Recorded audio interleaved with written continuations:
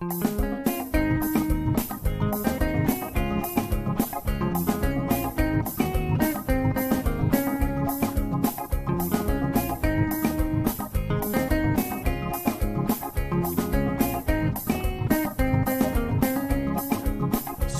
all the time is here with the cold heart through. She's the ears and the eyes for me and you. Every day, everyone want to hear from Sandra. And every time on the air, she's getting better. Tell your sister, tell your brother, tell your mama, call Sandra in the morning and in the evening. They always calling Sandra. And when they start fighting, they calling Sandra.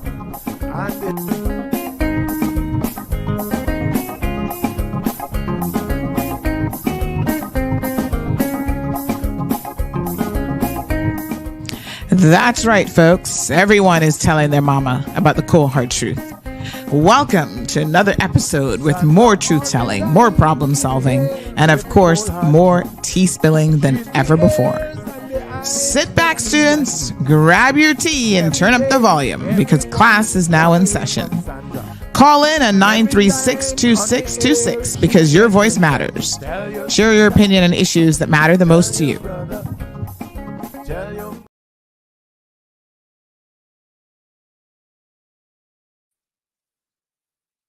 Good morning, K-Man. Rise and shine. I can't believe that today's Thursday. Can somebody pinch me, please? What's going on? Where's the time going? Oh my gosh. Literally every morning, I'm just like, it's another day. So thankful though, because guess what? There's a lot of people, I'm sure, all over the world, including a small little, beautiful little island that didn't even wake up this morning.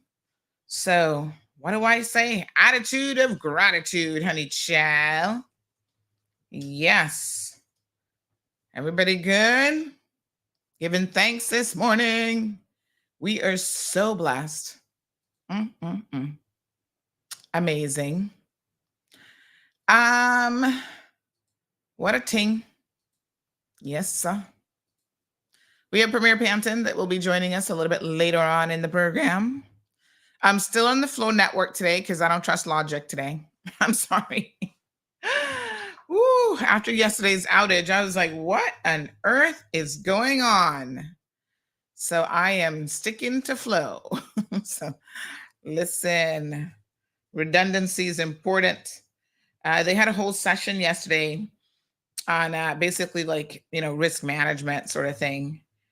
And I was at the tourism conference.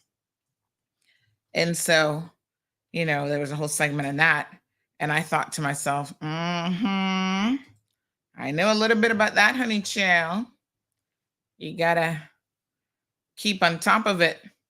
Have more than one option readily available. It was interesting. Got to really, see what was going on. So this is the State of the Tourism Industry Conference 2024. Cayman Islands is hosting it. As you guys know, MP Minister of Tourism and Port, the Honorable Kenneth Bryan is he's the president of the Caribbean Tourism Association, or whatever they call themselves. So he's giving up this is the end of his tenure now. It was two years already. Yeah, because that was the event that had McKeever Bush acting out and slobbering all over people that then ended him up in court. So that's been 2 years. Wow. Mm-hmm. Hopefully he's not going to come out to the event for any of these things because Lord knows he just needs to stay home. Nowhere that there's alcohol he should go. He needs to try sobriety. So yes,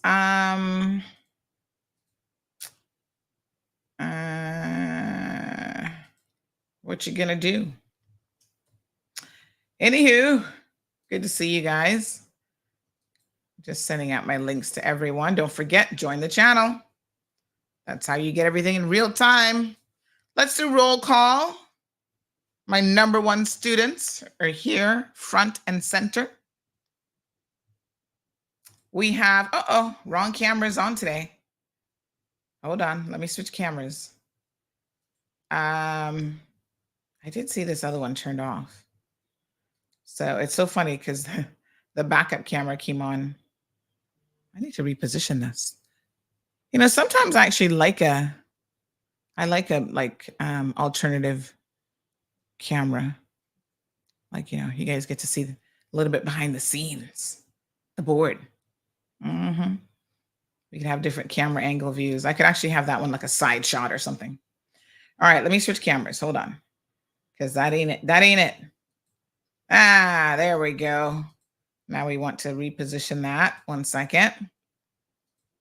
Boom. There we go. I love this PTZ. Point to zoom thing is like awesome. You just click one button and boom. Yeah, pretty cool. All right. You see my gaming chairs in the background? I stole the headrest from my old gaming chair because I do use it. That's why it looks a little tattered. Marlon's more so than mine. You need ergonomic comfort. Can I tell you guys something that I was really, really upset about talking about ergonomics? For many, many years, I've used this keyboard. You know, this is the design of the keyboard. And once you get used to it, it takes a little bit of getting used to it. It positions your hand how naturally your hand should be for typing. So that's why that space is there and the curvature and everything. But can I tell you, once you get used to this, you want nothing else. You will want nothing else. It's so amazing. It helps. Like I was starting to get carpal tunnel and all kind of stuff. This keyboard is the bomb. What do young people say? The bomb.com, Miss Sandy. And then I discovered that Microsoft, who makes this, I think it comes as a mouse and keyboard set, but I only ever really need the keyboard. They are not manufacturing this keyboard anymore. Like they've taken it off the market. And I'm thinking, why? Am I the only person who is buying it? So unfortunately, you know, when there is low supply, there's high demand. And as a result of that, ooh, who's making this one? I just went on Amazon. Because as a result of that, the market has now basically dried up in terms of, you know, this particular keyboard. It's now going for a keyboard that maybe cost like $80 before. I can't remember what I paid for it in the past. Is now going for $329 by one thing. A similar one that has a similar curvature is $400 because they're not going to be making the keyboard anymore. And the keys, when you type, the keys are just so nice to type on. So trust and believe me when I tell you, I am just not happy. I don't want to pay $330 or $400 for a keyboard. Although, you know, because it helps my carpal tunnel, you could see it as a really good investment. Ooh, this one has piqued my interest. Ergonomic curve split design. I just saw one that has has piqued my interest. Oh, wow. USB-C charging, Bluetooth, and who makes this? Who's ProtoArc is the name of this company. Never heard of them. And they have a 20% coupon. It's already 10% off. And then they got on top of that, if you click the coupon button, it's another 20%. This company apparently does like all ergonomic workspaces. Chairs, the raisin desk. And look at their mouse, honey child. I told you all about my vertical mouse that I use, right? Look at this. Hold on. This is my mouse. It looks weird, but I'm telling y'all, when you put your hand around it, your hand is in a much more natural position than most mice. And again, that helps with like carpal tunnel and stuff. So I'm in love when I found this beautiful mouse. As I say, I'm in love with the Coco. I'm in love with this mouse. And this is made by Logitech. Just go look them up. They're amazing. Yeah, love it. Love it, love it, love it. And then I got my ergonomical, you got to do these things. My ergonomical mouse pad so that my wrist falls just right on it. Yeah. So I told you guys how I went to physio recently, Dr. Naranjan at Health City. Thank you, doctor. And he made some recommendations, physio and stuff for my knee. And so this is my morning routine now, as y'all can see, trying to remember to moisturize. As you get older, your skin gets drier. So you got to keep it supple. I don't tend to put on makeup, although I probably should do a little foundation or something, but can't be bothered. So I use this oil that's like amazing. Thank you, Melanie, for buying me this oil for Christmas and introducing me to it, because I was using another oil. They're all expensive. I'm not even going to tell you how much the oil costs. Y'all just leave me alone. Certain things you have to luxuriate with. And this is one of them. And oh my God, look at how the skin just glistens after you put it on. Oh my God. But can I tell you guys something? As amazing as this oil is, and I don't mind paying this price for it. Our cousins in Tampa, they're bougie. I'm telling you, I'm not gonna lie, man. They in a multi-million-dollar house and living their best lives. I love it. I love to see our people be successful in life. And so his wife had gifted me this oil, and it was just a little bottle. Like literally, I'd have to look at it, see how many ounces it is, but it's like this size. And I was like, oh my God, the smell of that oil. I don't know what's in it, but it smells divine. So I said to him, ask Maria where I can get this, because I'm like searching all over Amazon. Amazon don't have it. This is how bougie that oil is. So she's like, oh yeah, she gets it from a salon here.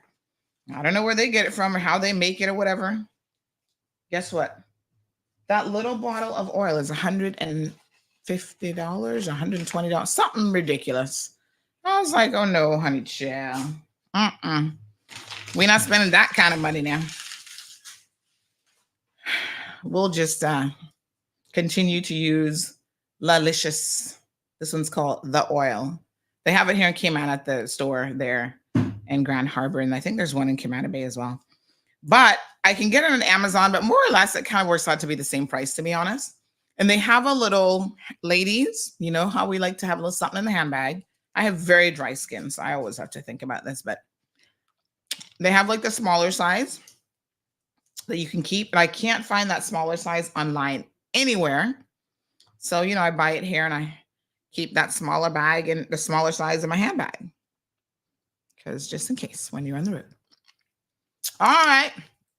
CC McLaughlin is here. Damaris is here. Irvlin. Miss Olive, hello. Yeah, she's in the front of the class. I love it. How many of you back in the day, be honest now, Emma, Diamond Princess, how many of you back in the day how many of you were, yes, how many of you were the type of students that would sit in front of the classroom? Or were you like Johan? I bet you Johan was sitting all the way in the back of the classroom. That's how I feel. He was that type of student that you wouldn't catch him in the front. Who was a front student? Come on, Instagram, participate. Who sat in the front? Who sat in the back? Man, in high school, I used to sit in the front because I couldn't see the board. I didn't realize how bad it was. So I'd be up there squinting like, what does that say? And I'd turn to the person next to me. What is that equation? I can't make that out. And then when I got glasses, I was like, oh my God, I've been missing all this. I'm a hot mess. So how many of you were sitting in front of the class? Morning, Miss Cayman Khan. Now I know y'all gonna be thinking back and, oh, well, when I went to school in that old schoolhouse, with no air conditioning, Sandy. We barely had pencils and paper, child. Were you guys good students? Oh, Miss Ruthlin, the good doctor's in the house. Give me 1 second. And you see, I know Ruthlin was a good student. She is smart. Mm-hmm. But then she's probably one of those students who didn't even study and still passed all her exams, honey, child. Don't you hate people like that? When you're a student, you're like, really? I'll be honest with you. I was like that with certain subjects. Not every subject now. If it was math, whew, I had to put in overtime. Even now, I got to put in overtime. But I remember when I was in law school, the night before paper was due, I was sitting there burning the midnight oil, literally writing the paper like right out of my brain. I had my reference materials next to me. And I would still come out getting the same grade as somebody who worked on it for 2 months. Oh, Lord. I could have been better with time management, though. I'm not going to lie. But I was a working student, you know. So when you're a working student, you do it by hook or by crook, child. Ruthin says she sat in the back. What? You see?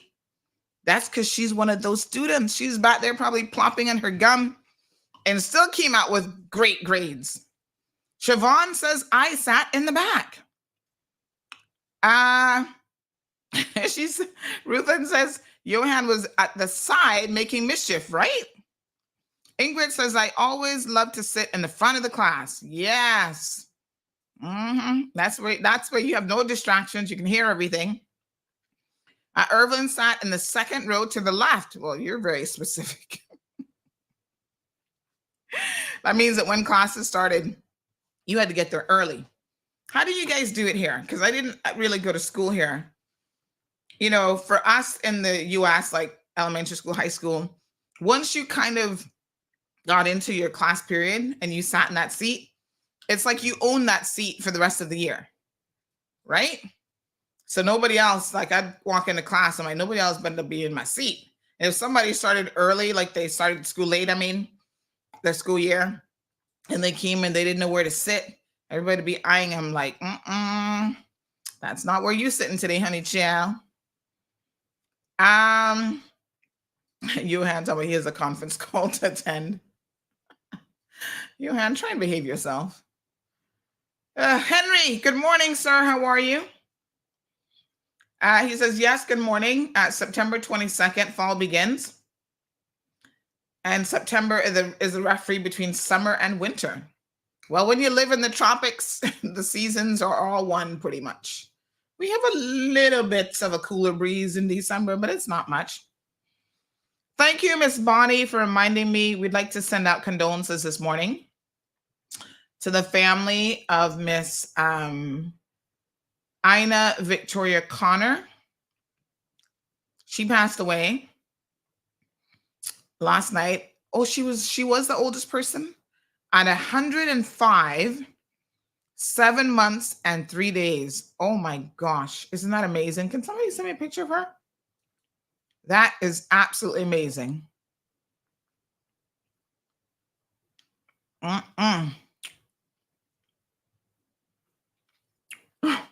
There's questions. Oh, I'm going to ask them. All right. Hold on.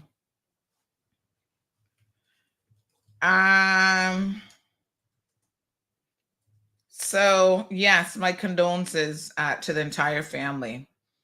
She must have a lot of grandkids and great grandkids, because Miss Bonnie, if she is your grandmother, my goodness, you have to be yourself and your, I don't want to age you too much now, but what would we say? 60s maybe? So if she's your grandmother, 105, imagine she must have great, great, great grandchildren. What a blessing, 105 years old. You can imagine the things that she's seen, the changes in this world. When she was born, there was no car, no airplanes. Did bikes even exist? Like, whoa. Morning, Miss Patricia. She says, morning all. I'm missing the running captions this morning. Oh, on Facebook? That's weird. We don't control that. That's a Facebook feature. But let me see. Hold on. Let me open Facebook and see if I can see anything. Maybe try to, oh, I don't see it on the computer either. I was going to say try refreshing, but I don't know. Normally you're right, they're there. Which, a lot of people, oh no, now I see it. Try refreshing your stream. So close it out, Patricia, and open it back. Morning, Miss Abby. Jean is in the house. Miss Joyce Sand, beautiful Joyce Sand is here. Who died and made your hand co-host? Talking about next topic. Really? Mr. Luis, how's the baby doing? Perla says we get windy and rainy nights. At least the mornings are now cooler.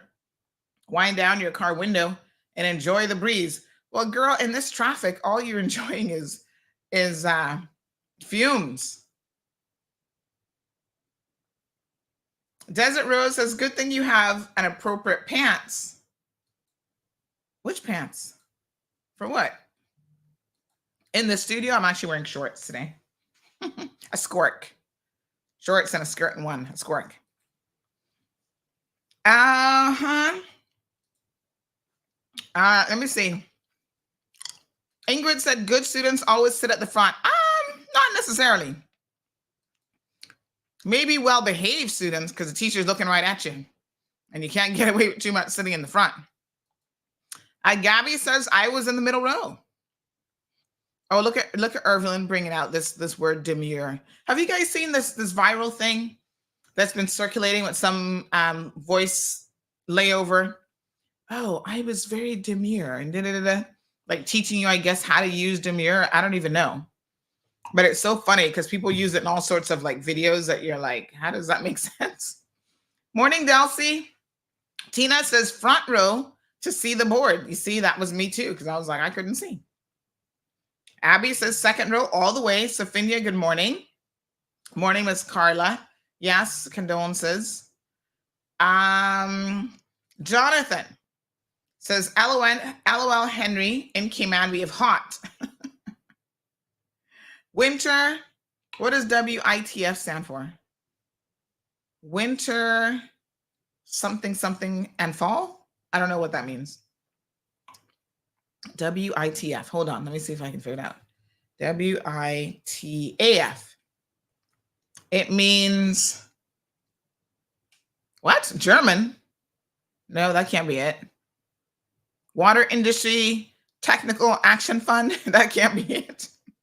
Urban language. Short for what in the actual...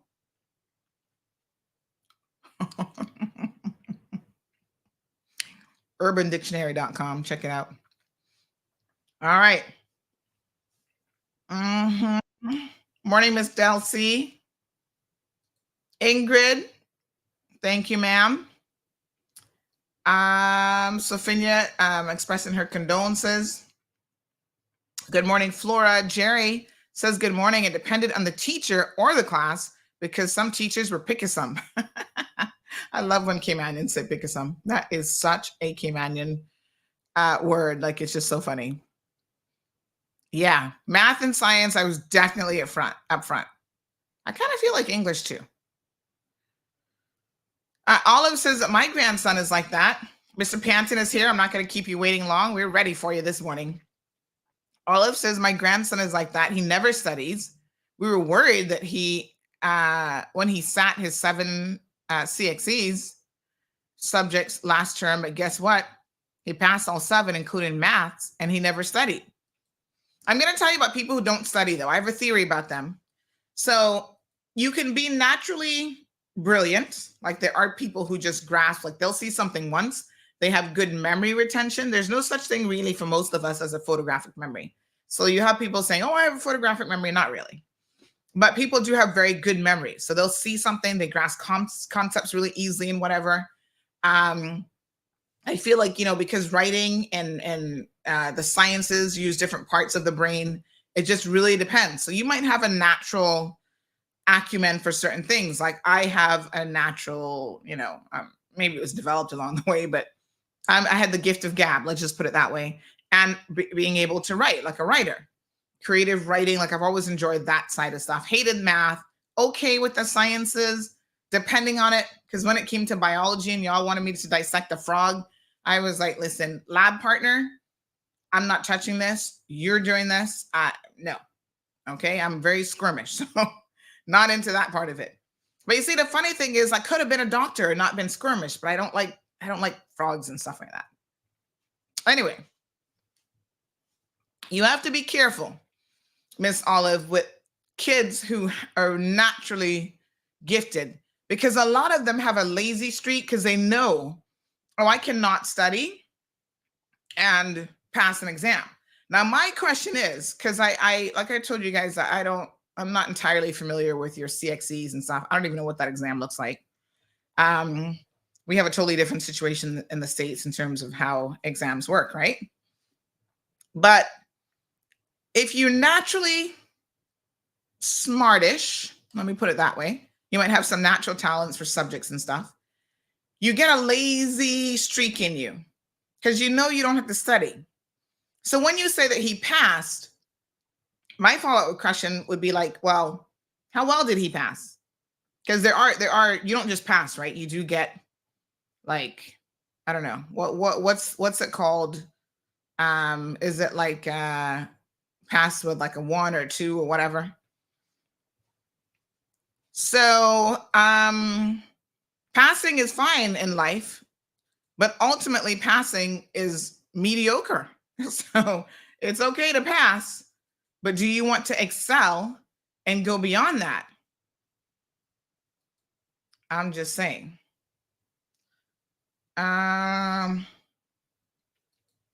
This person said this is not for the show. Oh Lord, I'll read it afterwards then. Someone said, but Johan is rude. Johan does not even, he does it all the time. He doesn't even realize he is, what's the word? How would I describe Johan in terms of that particular trait? I don't think he's trying to be rude. Most of us would perceive it as rude. I don't really take offense to it because I know he's just, in the if clownery, clown foolery was the subject matter, Johan got a first class pass. He got A's across the board. So I don't really pay him any mind. He'll be fine. But he's very when I think of what the word is, it's definitely not demure. Let's put it that way. When I think of what it is, I'll circle back. All right. So good morning, Sandy. When I did my exams in 2002 in CXE, the grades were A, 2, which was a B, 3, which was a C, and then 4 was fail. Yeah, he's not demure. Sorry. This person says, my students are killing me with that word. Yeah, because it's a trending thing right now to use the word demure. And I wonder how many of them are even using it in the right context. But I told you there's a video. I'll find it. It's trending. All right. So listen, let me just have a look at a few other things. Good. All right.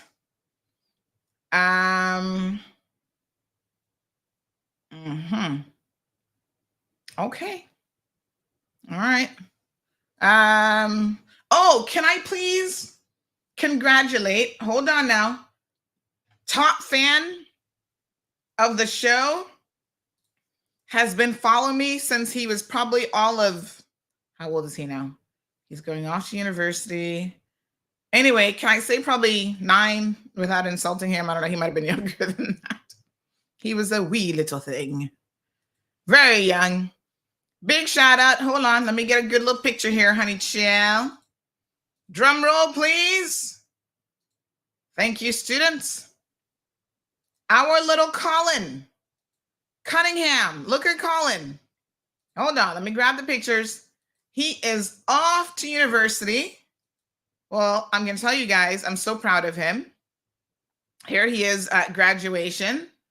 Yeah. Look at little Colin and his proud mama, Miss Daisy. So proud. This is her baby now. This is the last one.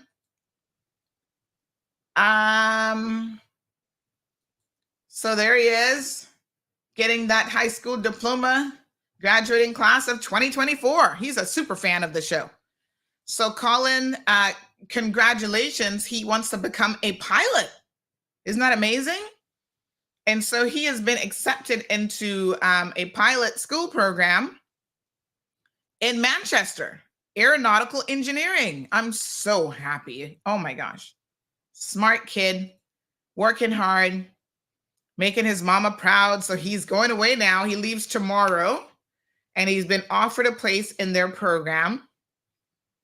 And they said that one of the factors in our decision was your personal statement, which clearly showed us how passionate you are about coming to study with us.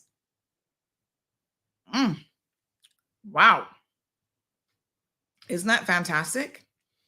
This is a 4-year program, and he's going off tomorrow to start year 1. So he's going to be getting a bachelor's of engineering in their aeronautical engineering with foundation year. So that's what he's doing this year, their program. University of Salford, Manchester. I don't know much about these UK schools, but listen, congratulations, Colin. So incredibly proud of you and all of the other young people who are really stepping up to the plate. I hope he's listening this morning. A lot of times he is listening.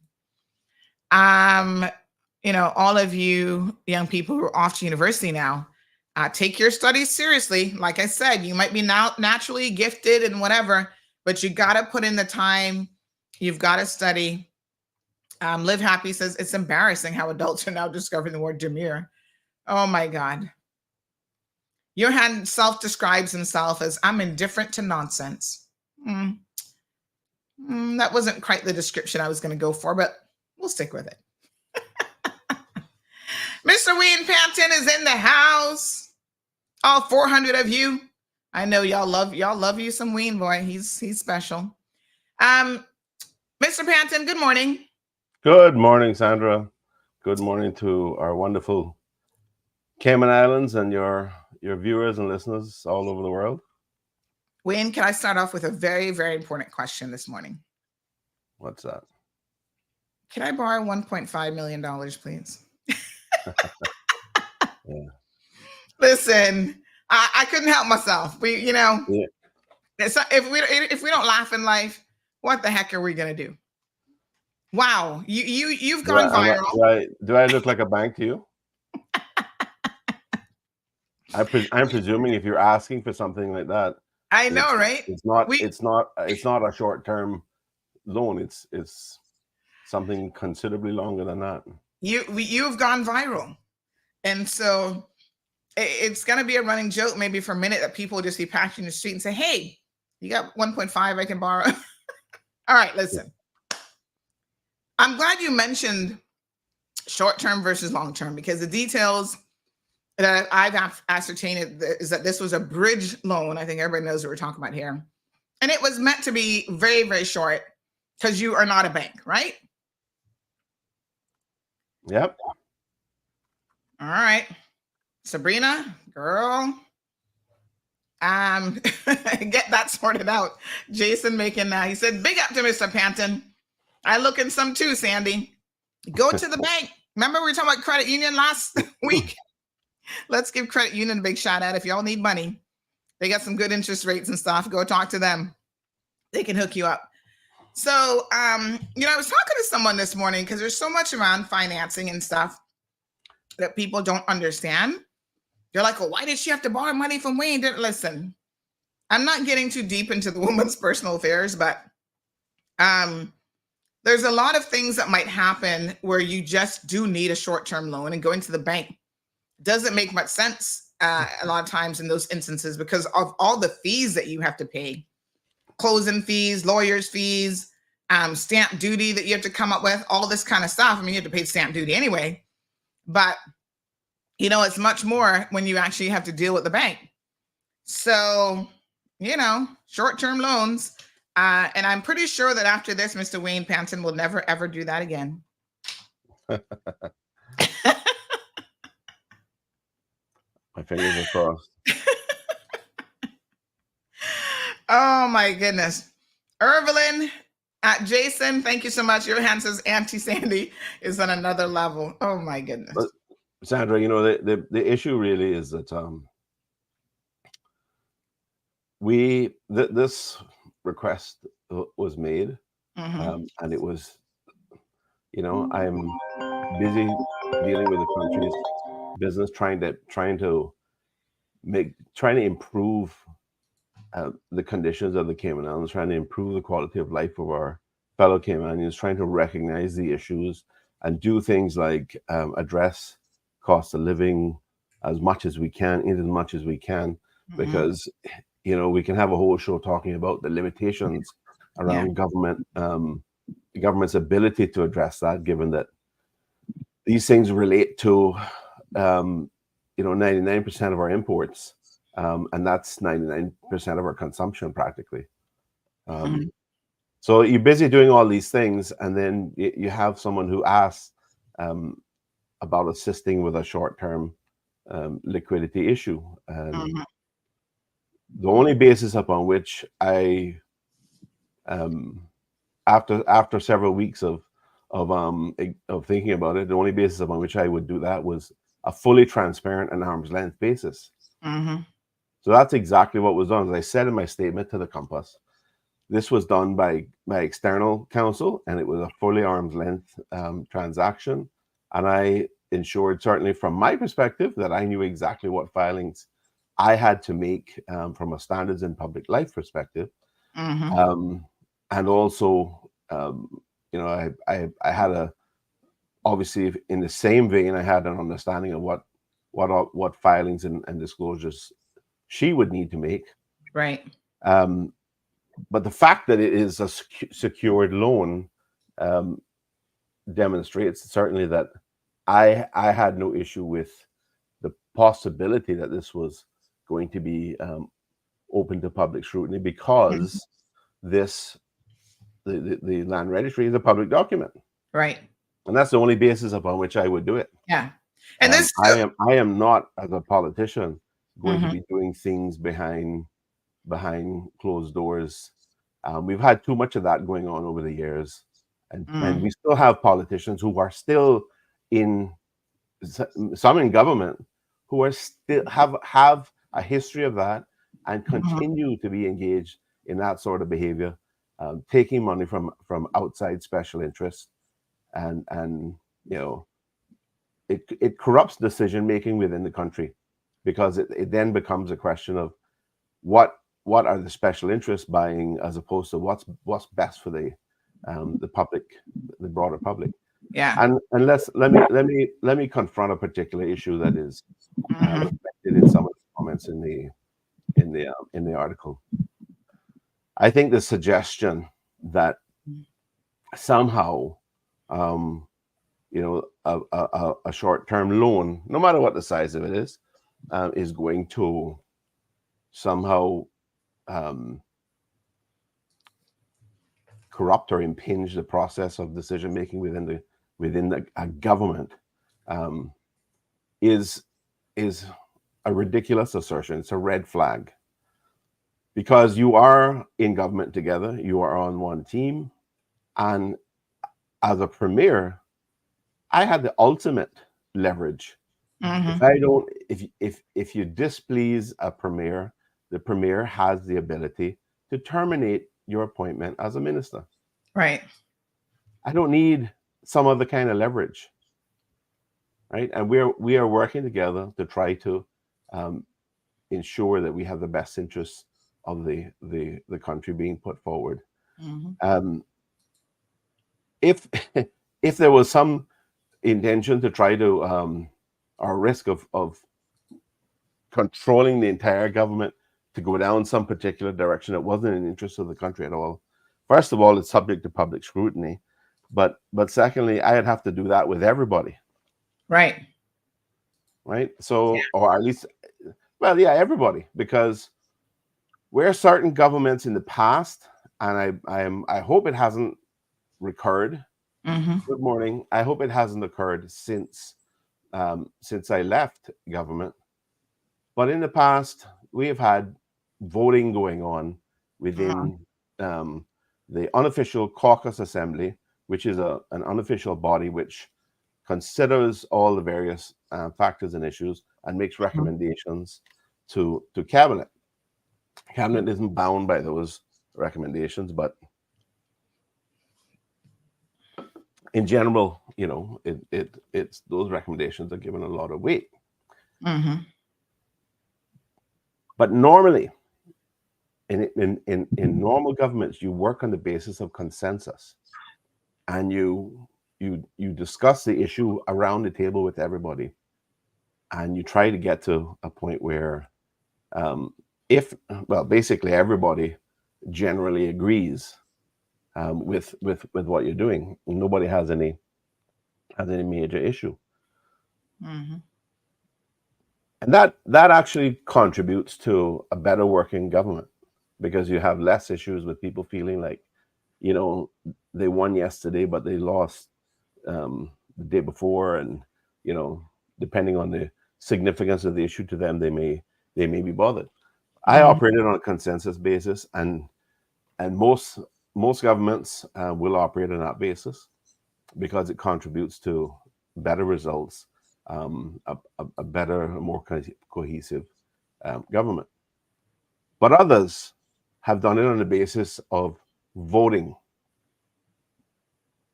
They vote within cabinet, they vote within caucus, and you end up with this situation where a majority then can control what happens against whoever the minority is. And some people end up being in the minority for most issues, and it is not a good thing. It's not a good way to approach it.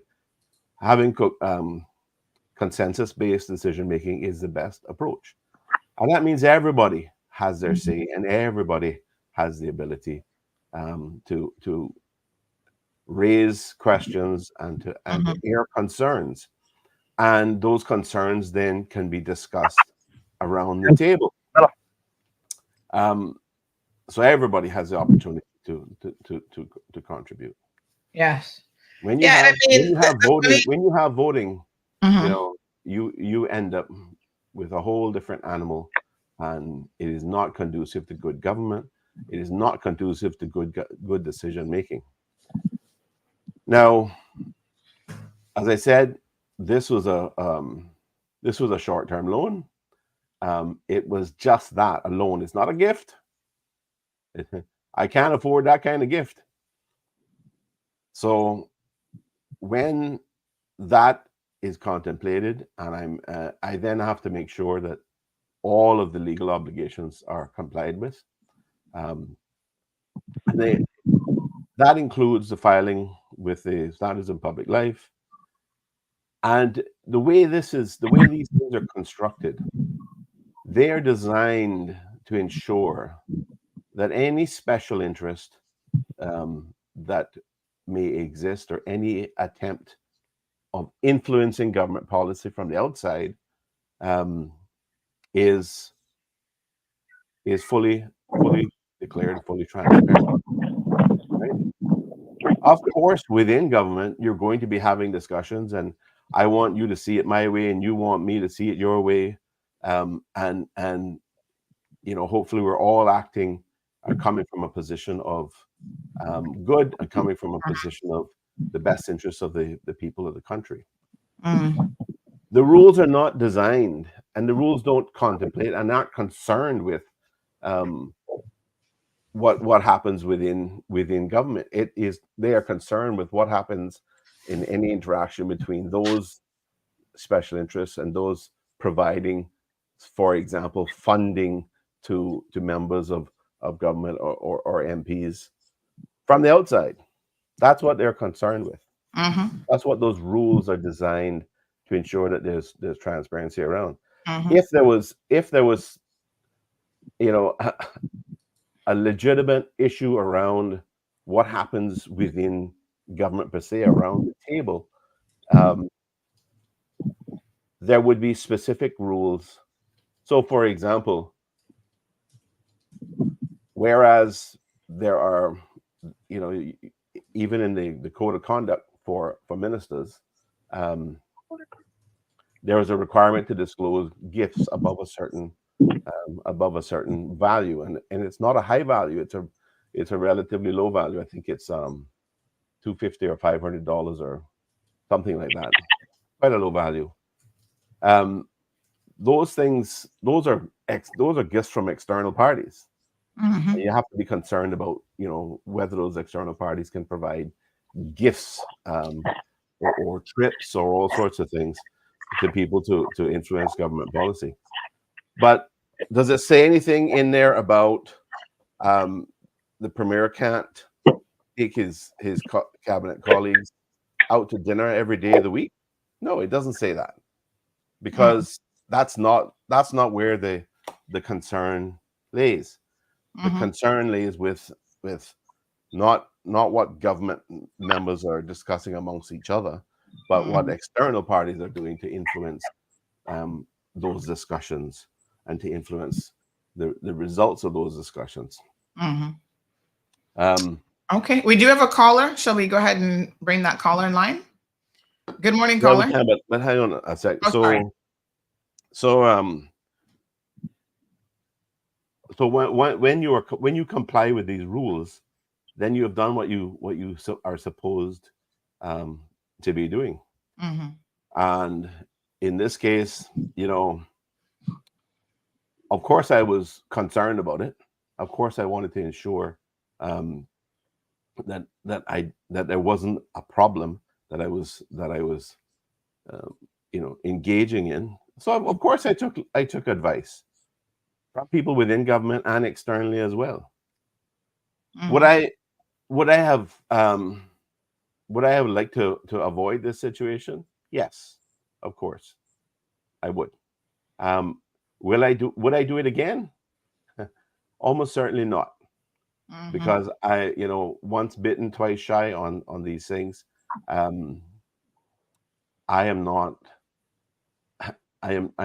may be a kind person who tries to help people, but I'm not going to subject myself to to unnecessary criticism over things that have been fully disclosed, and in circumstances where the provisions of the law and the Standards in Public Life Act and the Code of Conduct is fully complied with. A code of conduct, which I might add, I put in place because finally had the chance to put in place because it had languished for years and years and years. We'd never had a code of conduct, and in fact, we had not had an updated cabinet manual since 1995. Wow! Of course, it wasn't cabinet then; it was executive council. So, that is the background to this. I have obviously seen comments from some of the other members, and frankly, I think a lot of it is just, and all of it really is just red flags, convenient red flags, or red herrings, I should say, to try to make an issue where there is none. Let me tell you, I served in governments where the premier sat around the table and asked members for contributions towards personal legal matters. Right? So is that a problem? Does the legislation consider that to be a problem? And does the legislation then seek to address it? No, it doesn't. It is concerned about external influence on government. Yeah. You know? Of course, I can name many other examples, but these are the types of things that occur. Do you think it's the first time that a leader of government business or a premier has ever helped a colleague? I can assure you it's not. I can also assure you that it is very likely that it was not disclosed and there was no opportunity for it to be subject to public scrutiny, or to ensure that it was fully because you don't know about it, and perhaps also in some cases because the the requirements didn't exist, it would never have been disclosed. But it won't be the first time it has happened. Yep, for sure. And I'll say something in a second. Let's go ahead and take this call. Good morning, caller. Thanks for patiently waiting. Morning, Auntie Sandy. Good morning, Mr. Panton. It's Johan Moxham. Morning. Hope you guys are having a good day. Yes, that was a really robust and thorough explanation given by Mr. Panton. So I don't have anything to add.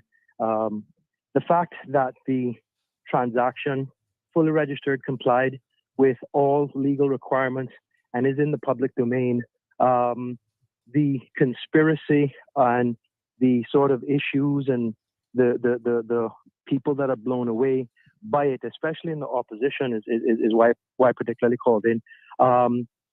You've got elected members in the opposition, former cabinet members, who granted significant concessions to entities, businesses, projects. Did they ever disclose that their own pecuniary interests and that their businesses were going to then be receiving service contracts as a result of the concessions for $10, $50, $100 million, whatever the concession included? Did they disclose that their own personal interests, their businesses, the entities that they have a pecuniary interest in, were going to receive the contracts for services and so on and so forth? So I would dare say it's crazy season or silly season. Politics is election around the corner. So you're going to see all sorts of madness. But the hypocrisy coming off the opposition in particular, and the leader of the opposition, the new leader of the opposition, he speaks with a forked tongue, given all of the things that have transpired that they can't answer to this day, justifying why they gave businesses with no Caymanian participation at all concessions and waiving of fees. They would never do that for any Caymanian homeowner who's trying to build a duplex or a triplex or anything. But somebody from overseas can come in, get significant concessions across the board, and to this day, nobody answers the question. So I'm just going to say, see it for what it is. Mr. Panton answered that. But the question that I had for Mr. Panton, because I have to jump off, is, sir, under your time in office, was that administration contemplating a referendum for cruise berthing pairs? Because the cruise lines have shown up here again and sold us, or are selling us, the same line, the same nonsense, that unless we build pairs, they're not going to come. Jamaica's built pairs and their cruise numbers are down. Honduras has built pairs, their numbers are down. So there must be a reason why under your management or leadership, the cruise berthing project was not a priority. And as we go into an election, I can't personally see how we could make this a priority as a government, especially when there are so many other issues impacting Caymanian people. So I just really want to understand from your perspective, what has been the shift? Because the story from the cruise lines hasn't changed. Their cruise ship is the destination. It doesn't matter if you build 1 pair, 2 pairs, or 10 pairs. The cruise line, the bigger ships, they want 6,000, 10,000 people on those ships because that's where they make their money. And you stop off to buy a T-shirt and a Coke if you're in port. So why would the Cayman Islands government put itself in the trap of spending anywhere between $200 to $400 million on building a cruise port because somebody has to pay for it, because nothing in this world is free? Why would we now go back to that when it wasn't a priority for the PAC government when they took office? It seems as if something else has transpired, but the storyline from the cruise lines hasn't changed. And I just don't understand why we're going to end up potentially building infrastructure to facilitate a cruise line that can leave you at any moment. And really and truly, the multi-millionaire families that own the Georgetown retail space and the successful businesses, they're merely using the rank and file, making them think that if you build piers, you're going to make more money. But they haven't negotiated. This government hasn't negotiated, or no government has negotiated the price for tours and packages where the Caymanian business owners actually can make more money. So the pier can't be the panacea if you haven't helped your Caymanian-owned businesses get better pricing for the services that they provide. It was a mouthful, But hopefully you guys understand where I was going. Have a great day, guys. Thanks very much, Johan. Appreciate it. And something else that occurred to me when we talk about, trying to influence someone with a fully transparent loan, that would be the worst way actually to try to influence them, because as you rightfully said, how many transactions do people think or don't know anything about that would have happened between members? And not even just monetary transaction, friendships, people going out drinking, those backdoor deals over turtle meat dinner, and whatever else might be going on between, colleagues, let's put it that way, who just happen to be politicians and stuff. Do you think it's unheard of in the Caribbean? Relationships? Do we think it's unheard of in the Caribbean, for example, for people within government to take money from outside parties and then share that money with colleagues, effectively compromising those colleagues? And once those colleagues take the money and they're compromised, then they have a common interest and they have to keep their mouths shut, because nobody's going to incriminate themselves at the same time as blowing the whistle on somebody else. But those are the types of things that the country and the system of laws and the constitutional provisions are trying to guard against. You remember how long we have gone with the Standards of Public Life Act. Sorry, before we even had the Standards in Public Life Act, we had a Standards in Public Life Commission in the Constitution, and there was a reluctance to put the law in place. So we had report after report from heads of this Standards in Public Life Commission saying, we've been doing work, we've been working on these issues, we've been working on the draft legislation, but we can't seem to get any interest from government because it's not a priority for them. It's not a priority for them because they like to have the status quo. They like to be able to do whatever they have done in the past, or whatever they want to do at the time, and not face the disclosure, not face any public scrutiny. I am here today, Sandra, on this show because I have nothing to hide from anybody, and nothing wrong has been done in this case. And I am not. This does not represent a gift by me to anybody. This is a short-term loan which is to be repaid in full, entirely, and I get the money back with interest. It is not something that is done for free. That's the basis on which it was done. Standard, arm's length, retail kind of terms. And I can assure you, it's not 2 or 3% interest. When I say is consistent with retail terms, it is. Now, yes, is it something that was I was able to assist with in a shorter time frame than you would get with a normal retail bank? Yes.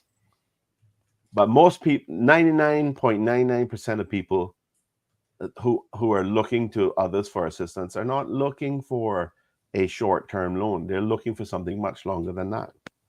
And the truth is, they're looking for gifts without strings as well. That is the reality. But if we in this country believe that we should be electing people on the basis of what they can give to their constituents, then we are circling the drain, because you are going to end up with the kinds of people who know that expectation exists. And let me put it in context for you. If you, sorry, my math is, I'm going to betray my math skills slightly. Let's say you have 1,500 constituents, right? And let's say you are helping 1,000 of them. I guess I could do it if I keep it in the right numbers. Let's say you're helping 1,000 of them, and your constituents are 1,000 of those constituents are looking to get, let's say, $500 a year from you in assistance. You do the math on that. You know what that is? $500,000. If you think a politician is going to get elected and represent you, and to give 1,000 of his constituents $500 without getting involved in other things, you got another thing coming. So I need people to understand those kinds of perspectives. If you are electing a politician or a candidate on the basis, or supporting a candidate on the basis of what they can give you, unless they have independent resources and they're just really kind-hearted people, you and obviously there has to be a limit to that. You are going to create a problem in this country, and we have I can tell you we have some of that happening. We have some of that happening because people are being funded to significant levels, none of it being disclosed, and the benefits that are flowing out there come with many strings. And that means the people who are making decisions on behalf of the country, on behalf of their constituents, are not making those decisions for the benefit exclusively of those people that elected them. They are making those decisions based on what kind of benefit they can find for you, but what kind of benefit they can give to the special interests as well. Yes. And this is why we need. And those are the things people are blind to, because that's not transparent. Well, correct. And in addition to that, there is no mechanism. There isn't an appropriate mechanism that helps to address those things as well. So election finance reform. We have had report after report about election finance reform. Do the parties and do many of the individuals involved who rely on external support for their campaigns, do they subject themselves to election finance reform rules which would require more disclosure? No, because turkeys don't vote for Christmas. They do not want that. So they're not going to support those things. So when it's brought forward as an election report, and it is clearly appropriate, and it's clearly in the interest of the country, and it's clearly in the interest of constituents to be able to have appropriate provisions in place which prevent special interests from overriding the general duty to do what's in the interest of your constituents. Only then we are failing if we don't have that in place, and our constituents are losing. They may be quite happy, some of them, to take a little bit of money here and there, and think, well, you know what, as long as I can get access to a little bit of support here and there, that's fine. Well, I tell you what, they don't know the real cost that they're incurring, and they don't know the real cost that they're saddling their children with. All right, we got a caller in the line and lots of comments coming in. Good morning, caller. Good morning. Good morning, Honorable Premier Panton, because you're my premier always. Well, I will answer as William Panton, MP for Newlands. Thank you very much. I'm a Christian and I believe in God, and I believe that He don't sleep and slumber like what the old people say. Yes. And everything happens for a reason. And let me tell you something. They kicked you out of premier, and they thought that was benefiting them and that they won. But had you still been premier, you wouldn't be able to speak as freely. And the people wouldn't be able to hear. The people wouldn't be able to hear the things that you're saying now that they need to hear before the next election. I agree. So as much as it hurt to lose you as premier, the benefits outweigh. Yeah. Thank you. I totally and agree. there isn't enough kaboom in the world for you, sir. I'll give you one more. By the way, I want you to WhatsApp me, because now I have a first name for you, and I'll tell you why later on. But At least now I know what your first name is, because people are always like, who's that young lady? Yes, and thank you so much for my mug. Appreciate it. Awesome. All right, honey. Okay. All right, we've got Thank you another very much. caller. Let's give her another kaboom, by the way. Good morning, caller. Welcome to the program. Good morning. How are you, precious? Hold on, Miss Joyce. And this is so funny. Before we go on, this one made me chuckle.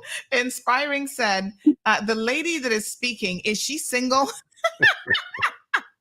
I will not be responsible. This is not a dating show, so I will not be responsible for any of that going on. All right. Good morning, Miss Joyce. Good morning, darling. Good morning, Mr. Panton. Good morning there. Pleasure to hear from you. Hi. Oh, same here. You know what I wanted to say about the Pantons, and this is real. Mr. Panton, his grandfather, the whole of them down through the years is just like how we are. They were giving people, oh my gosh. I remember my dad would send me to the Mr. Panton to do letters, sometimes to get something. He would give us money, all kind of stuff. When I was a young child, I'm 61. And these people has always been there without a motive. He has inherited that because that's who they are. They're really giving people. His grandfather was a lawyer. He'll write a letter free and give it to you. No charge. He would defend you and help you, no charge. But nowadays, people take it and make it a big deal, and it's really not a big deal. There's nothing that Mr. Panton has done that hasn't been transparent. It's there. It's for the public to see. When you're doing something, you hide it. You don't want the public to see.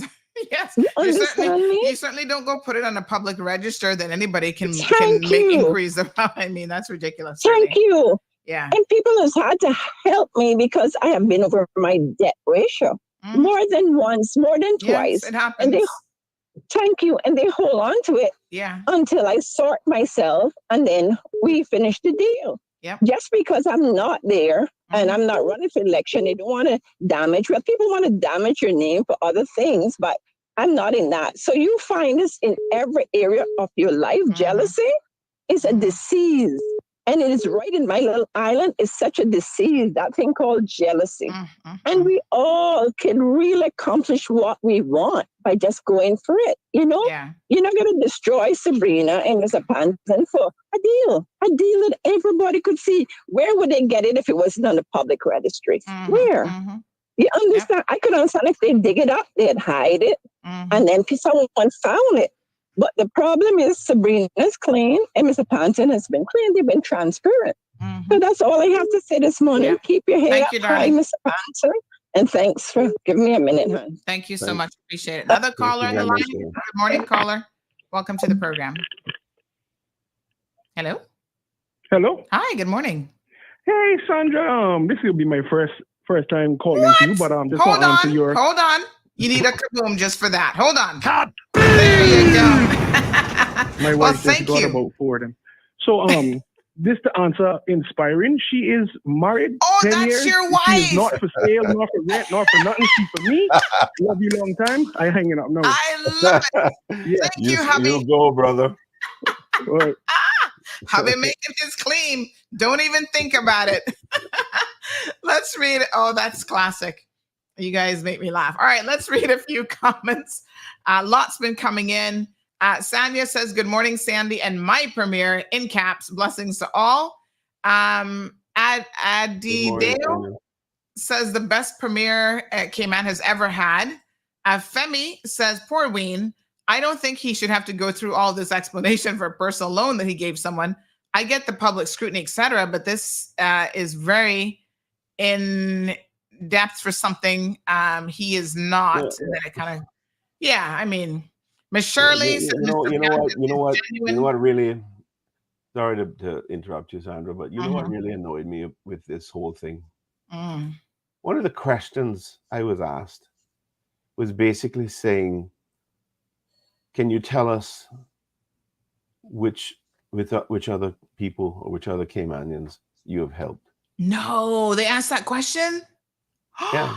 And I responded specifically. It shows their ignorance. They asked me asked me a whole range of questions. Oh my God. I didn't consider to be relevant or appropriate. But I'm not afraid of public scrutiny. I'm not afraid of I can't things believe they asked that. where I know that I've complied with the law and I haven't done anything wrong. Wow. But when I'm asked about things like that, it really that hurt me and it annoyed me because that's insulting. For 1 second that I am going to share information in relation to my fellow Caymanians who are proud and who sometimes get into situations that there's no fault of their own, and they do need some help. If you think I'm going to provide information in relation to those people, you must be out of your mind. Absolutely. Wow. That offended me more than any other question. And you know, I get very offended when somebody suggests to me that they're going to question my integrity. Yeah, that's ridiculous. Yeah, and I didn't know. I mean, I haven't read the ask a question like that took it beyond the pale for me. I was very, very offended by that kind of question because I mean, I would be too, but especially because, like I was saying yesterday, you do help so many people. And I have never known you to be the person. How I know that you've helped other people, because other people have told me. So it's not like you're telling me, or, you know, so wow, I'm surprised by whoever the author of that article is. I'm very surprised. And it also demonstrates how incredibly clueless she or he must be in this community to not know that you have a reputation, in my opinion, of being too kind-hearted. You know, I mean, that's ridiculous. But anyway. You know, I pay the price for it. I pay the price for it, to be honest. My family, my wife, everybody gets mad at me at times. Sometimes more than others. But I guess the thing for me is, you know, to not let this kind of commentary, which is agenda based, which is politics based, destroy, you know, necessarily who I am. And that's not to say I'm an idiot who is going to sit there and give away money or other assistance to people, hand over fist. No, that is not the case, and that's not going to happen. But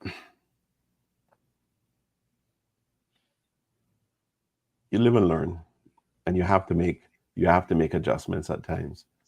I just hope that this kind of approach, this kind of politics, this kind of agenda that is being pursued doesn't harm people in a bad way. Certainly, I would hope it doesn't change me. I'm sure it probably has to some degree, but I hope it doesn't change me in any significant way, because it's easy to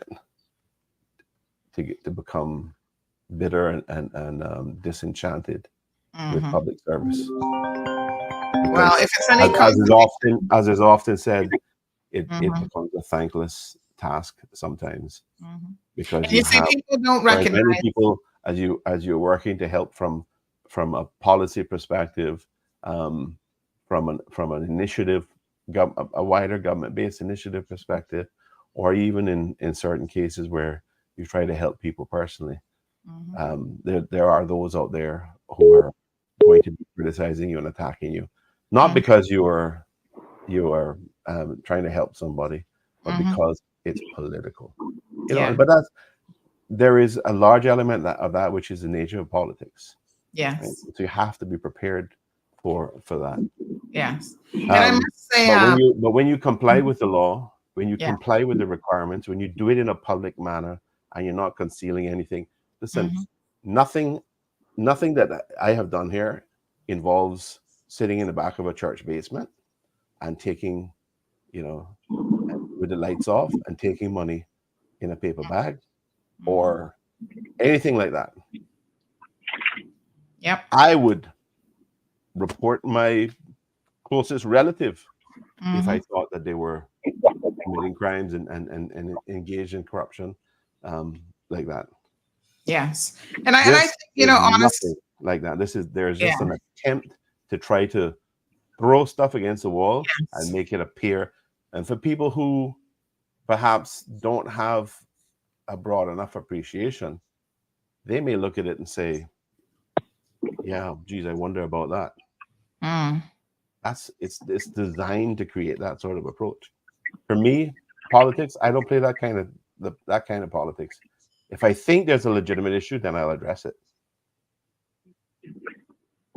All right, we got two callers on the line.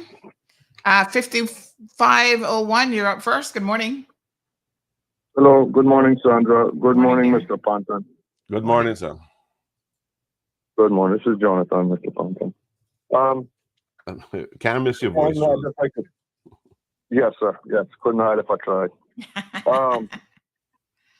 Mr. Panton, I just state straight off the bat, I believe this is more of a diversion tactic than anything else as it pertains to the subject at hand here. I personally consider it somewhat of a non-issue, which is taking up valuable time from what are other very more important subjects, which should be under discussion at this point in our history as Caymanian people in the Cayman Islands. You know, as I think about these accusations of some type of impropriety on your part, I immediately look at who is the one calling attention to this and the already exhibited lack of moral and ethical compass that has been exhibited by those same individuals. And also the ones who are sitting back and watching the damage being done when they themselves are the worst transgressors possible in all of Cayman's history. Mr. Panton, I would like to ask you a couple of questions, specifically because you are not only a practitioner of your previous career, but also because of your knowledge of the goings-on and the dealings of government in these Cayman Islands, much of which, in my humble opinion, has not been administration. It has been maladministration for far too long. I want you to be a little bit more concise this morning because we have I will caller. get to the point very soon, Ms. Sandra. Yes. She tells me that too, Jonathan. So don't feel bad. I said she tells me that too, so don't feel bad. I don't feel bad, man. I just keep on trying. I'm sorry if I talk too long. I've been accused of it before, even when I'm writing. Good. Now, my first question is this to you, Mr. Panton. As it pertains to the undue and illegitimate selling of, pandering of, prostituting of undue and illegitimate power and influence over decision-making processes here in the Cayman Islands, whether it be for electoral cycles or actual decision-making processes within this or any other government administration. I would like to hear your take on what your opinion is, and I would like to ask for your very frank opinion on this and try to push yourself to speak fully honestly on this question, because I know it's a very touchy subject, very sensitive one. Is this, sir?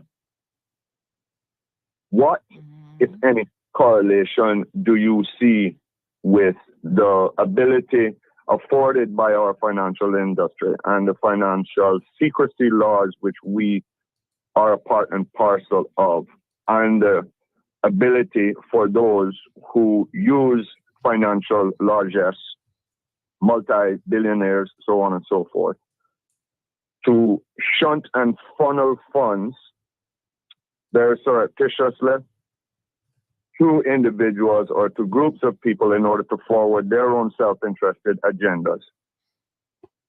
And I want to know if you have personally identified any issues there. I personally see it, but I want to know your opinion. That is my first question. And my second question to you, sir, is this. As it pertains to the previous UDP administration, and the 4K Man Investment Alliance. And the fact that the Auditor General deemed that as illegitimate, or which in my mind would say illegal and null and void, with the understanding that the massive amount of concessions which came on has basically been the ones to pay for with our increased cost of living. If the Auditor General says something is illegitimate or otherwise illegal, I would like to ask you, sir, why has there been no actual forward movement in addressing that and our government seeking to find a much fairer solution, and where something has been found to be illegitimate, why has that not been rendered null and void? We have seen precedent set in I'm going to ask you to wrap it up now because he's going to forget the questions. Which has now been furthered in successive administrations up until the present day came on. So those 2 points, sir, I would like you to address, Sandra. I know you're bouncing off your seat. Thank you for your permission and your patience for letting me get that out. Yes, because sometimes the question gets lost when it's that long.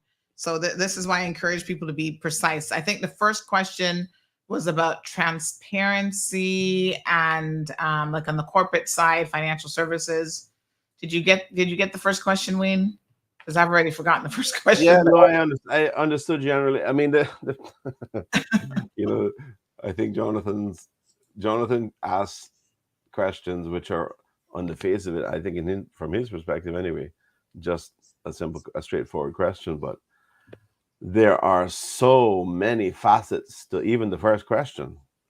So let me start with it. Let me start the other way around. Let me start with the last question. So I think that one's probably in a way a little bit easier to explain or to respond to.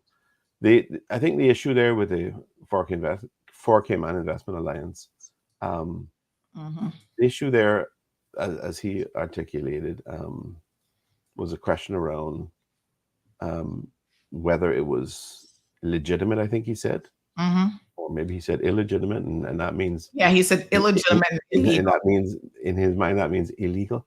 Those are two. I don't think the Auditor General, as far as I'm aware, I don't think the Auditor General said it was illegitimate or illegal. Right. I think with these types of things, there's always a question about whether it's in the best interest of the country, whether it is value for money for the country. Yeah. You know, and you know, I think that's where the criticism may lay. It's not a lie. It's not a question of, and not in that case anyway. I don't think it's a question of whether it was illegal. You know, was everything done right with that, and were there some improprieties in certain corners and with certain people and from certain types of influence? May well be. I don't know. It's difficult to know these types of things without seeing evidence. You can criticize it from the perspective of whether it was in the best interest of the country, whether it provided value for money. I personally think, you know, oftentimes we have crises that develop, and people look at them as disasters, and some people look at them as opportunities. And I think in that case, you know, the global financial crisis was looked at by many people as an opportunity. And the opportunity obviously would have been from a business perspective. But trust me, the opportunity would, for those people who are inclined within government to engage in activities which are illegal, those opportunities would have existed alongside the business perspective that this is an opportunity to both help the country and get certain favorable concessions and initiatives to assist your business and your ultimate long-term agenda. So the bottom line is there's a whole range of ways you could look at it and criticize it. I don't recall anything about an Auditor General saying it was illegal. Because if that had been the case, then I think it would have rightly been the subject of a commission of inquiry. Yes, and I think we have to be careful. If the full facts were known, is it possible that could be justified? Yes, but I would be speculating, right? Because I don't know what I don't know. Yeah, and I think it's can I just say to that point that he mentioned this yesterday as well, and I'd love to see the Auditor General's report that he's speaking about. So Jonathan, if you have it, send it through on WhatsApp, because I'd like to read it for myself. But you have to be very, very careful putting words in the Auditor General's report or their mouth, so to speak, that they didn't actually say, because the implications of saying that something is illegal is quite, or illegitimate, is quite a shocking statement to make. But I do want to get through some of the additional comments. And to the caller, there is the first question. Can we table that first question for another day? Because one day I actually want to focus on just financial services. I feel duty bound. Okay. To respond at least for 30 seconds to a minute. Okay. All right. The Cayman Islands has a financial services industry. It is second to none in the world. It is well regulated, and we have legal requirements and laws in place that help to address the concerns and the potential risks around the financial services industry, to an extent that it can be painful to deal with banks and other financial services in this country. We all know that. We've experienced it, and I can tell you that I can tell you from first-hand experience, dealing with a bank in Cayman, even a simple thing as opening a bank account is a painful process, and it takes a long time. I can do that same process in the United States, where I am not a citizen, and it is minutes compared to the days and months it takes sometimes to deal with these things in Cayman. Okay. So this industry is very, very well regulated. But what Jonathan was talking about, and the sources of funding that impact potentially good governance in this country, that doesn't come about because of the financial services industry. The only thing the two of them have in common is that it both involves money. Our financial services industry is above board, and it is legitimate. It is strong, and I have defended it on a world stage, and I will continue to defend it on a world stage, because I know that we have a strong industry that is well regulated. And if you compare, and we're a part of the solution, we're not a part of the problem in this country in terms of the global financial ecosystem. So the two things, there's not a correlation between what happens with undue influence because of money going into certain sectors of politicians or government and the financial service industry. No correlation there whatsoever. All right, let's take a call. Mr. George, when you call, you got to make sure you mute yourself, because I was trying to make you hold on, but I had to hang up because there's so much background sound that it was, the listeners were like, please remind your listeners to mute themselves, because, they can't hear. We're looking for a Shezri M. Thompson.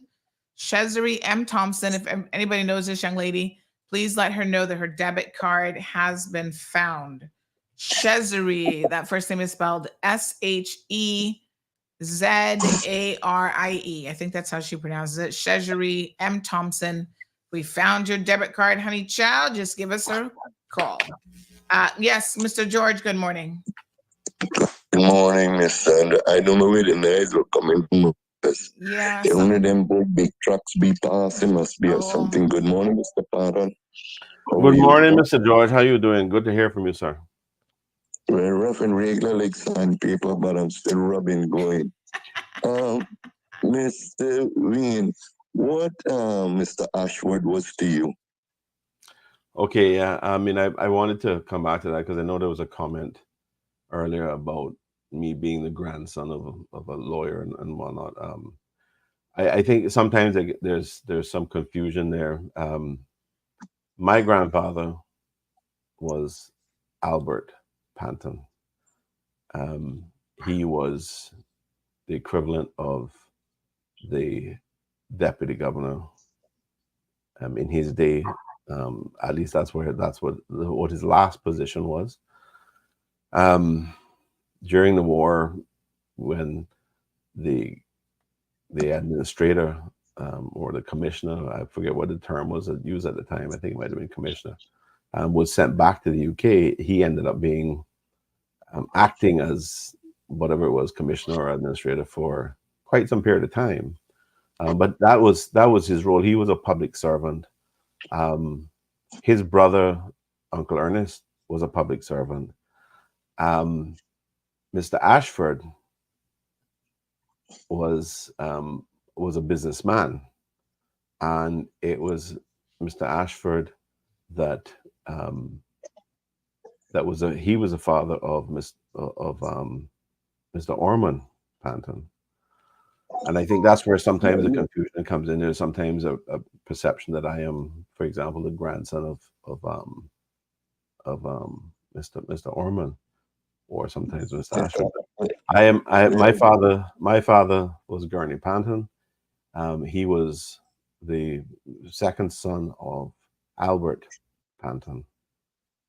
So Albert Panton Street, for example, in town, that is named after my grandfather, because he was a public servant. And I have never forgotten that he was a public servant and that he was there to serve the interests of the people of the country. And the day that I took the day that I swore an oath to this country as premier, I was looking down that street thinking of what my grandfather would think, being a person who was committed to serving the public of this country at that time. I never met him. He died 10 years before I was born. So okay, well, let me tell you now, I'm so sad that you didn't get none of his ice cream, because Mr. Ashford. What are you thinking about Mr. Ashford? Yeah. Yes. Mr. Ashford used to make the best ice cream they had. And the first bicycle you talked about, the Pantons, because I grew up in Georgetown and I know all about the Panton. That was before Miss Sandy was around too. She wasn't around then. But the first Raleigh bicycle that I owned, he gave it to me. I used to work in his shop as a young boy. And the 28? The 28 bicycles, and he used to sell the 26. And I remember the red Raleigh bicycle that I had. But the part of that as boys, myself and God bless the souls that has gone on, Jesse Arch and those, we used to go there by Mr. Ashford to get ice cream, especially on the Saturday evening. He had the best ice cream around. And your father, I know him quite well, and Miss Mitchell was my school teacher. So Miss Mitchell was my school teacher, and your uncle, Colin, we grew up together. I knew them quite well, you know. So Mr. Ashford, he took care of everybody when we went to him by his shop. That's all I wanted to say. Thank you, Carl. I appreciate it. Boy, that takes you down. That takes you down memory lane there. Thank you, Mr. George. Address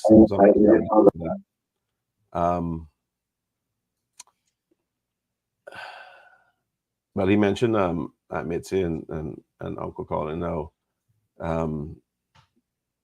Mitzi was Uncle Colin's wife. They divorced subsequently, many years after many years of marriage. But Uncle Colin is still alive, and Aunt Mitzi is still alive. Uncle Colin was one of the members of the, and I don't think it was vestrymen. It was in that period where it was transitioning to the Legislative Assembly, as far as I recall. But he had a 91st birthday week before last, and I made a trip to Tampa to go to see him with his son, who is a public servant as well. Just to, because at the age of 91, you never know.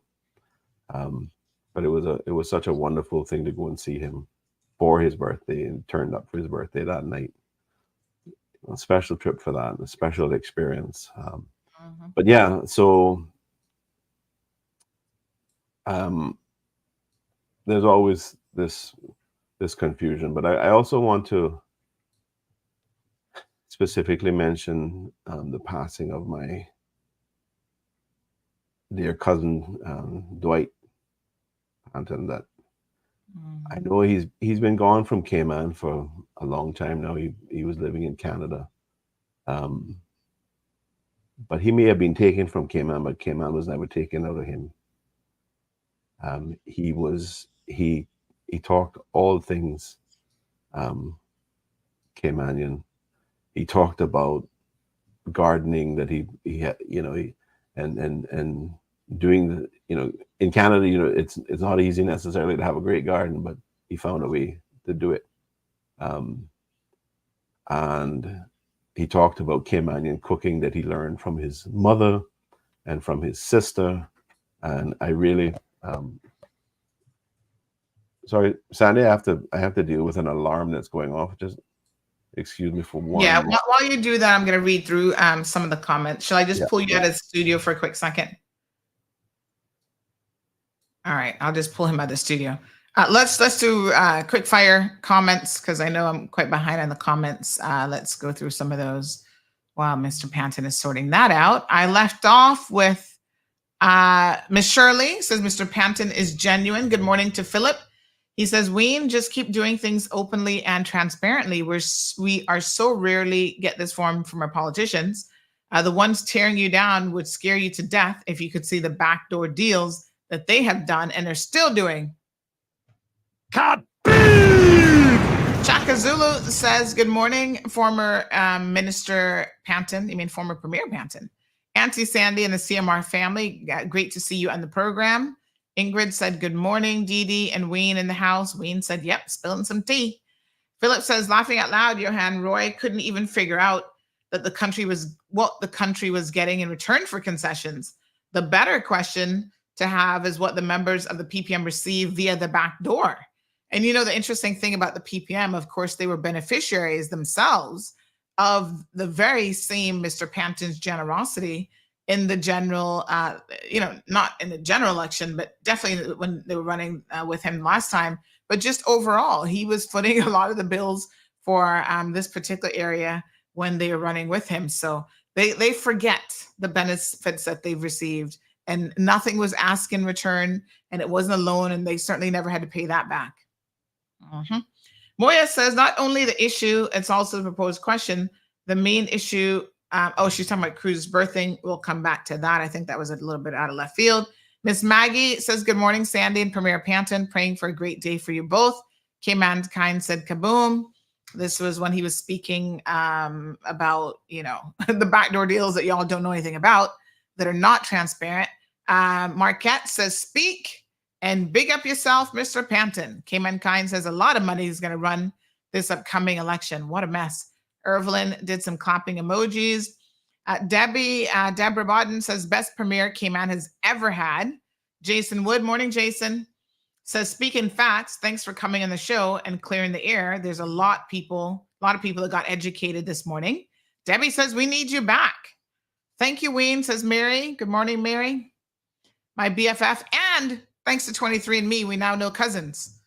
Debbie says, always my premier.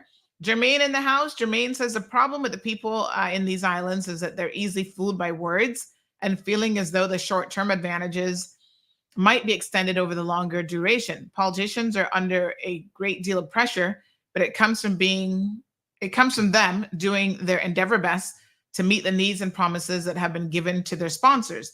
Full transparency on who backs who is very important, as it will give people the ability to see if the principles of those persons behind, and then it kind of got cut off. Dee Dee says, say it louder, a little louder, Mr. Panton. It becomes a vicious cycle. Marquette says, Mr. Panton, we appreciate this information. I mean, listen, nothing like transparency. Inspiring, you got your answer to that. Jonathan says, agreed, Philip, but let us for a moment not forget the most consequential precedent was set. It is arguably the real precedent was set with extremely detrimental maladministration at the hands of the UDP, with McKeever Bush at the helm, and the DART Corporation in the interests of nothing other than their own self-interest agenda. I think he expressed those thoughts on air. I must say, you know, Jonathan, you have to be cautious about your comments about the DART organization, because I don't think anyone has ever been able to prove that the DART organization has done anything bad. What they did was, yes, they might have negotiated a deal in their best interest, but what negotiation doesn't work that way? It's up to the government to say yay or nay.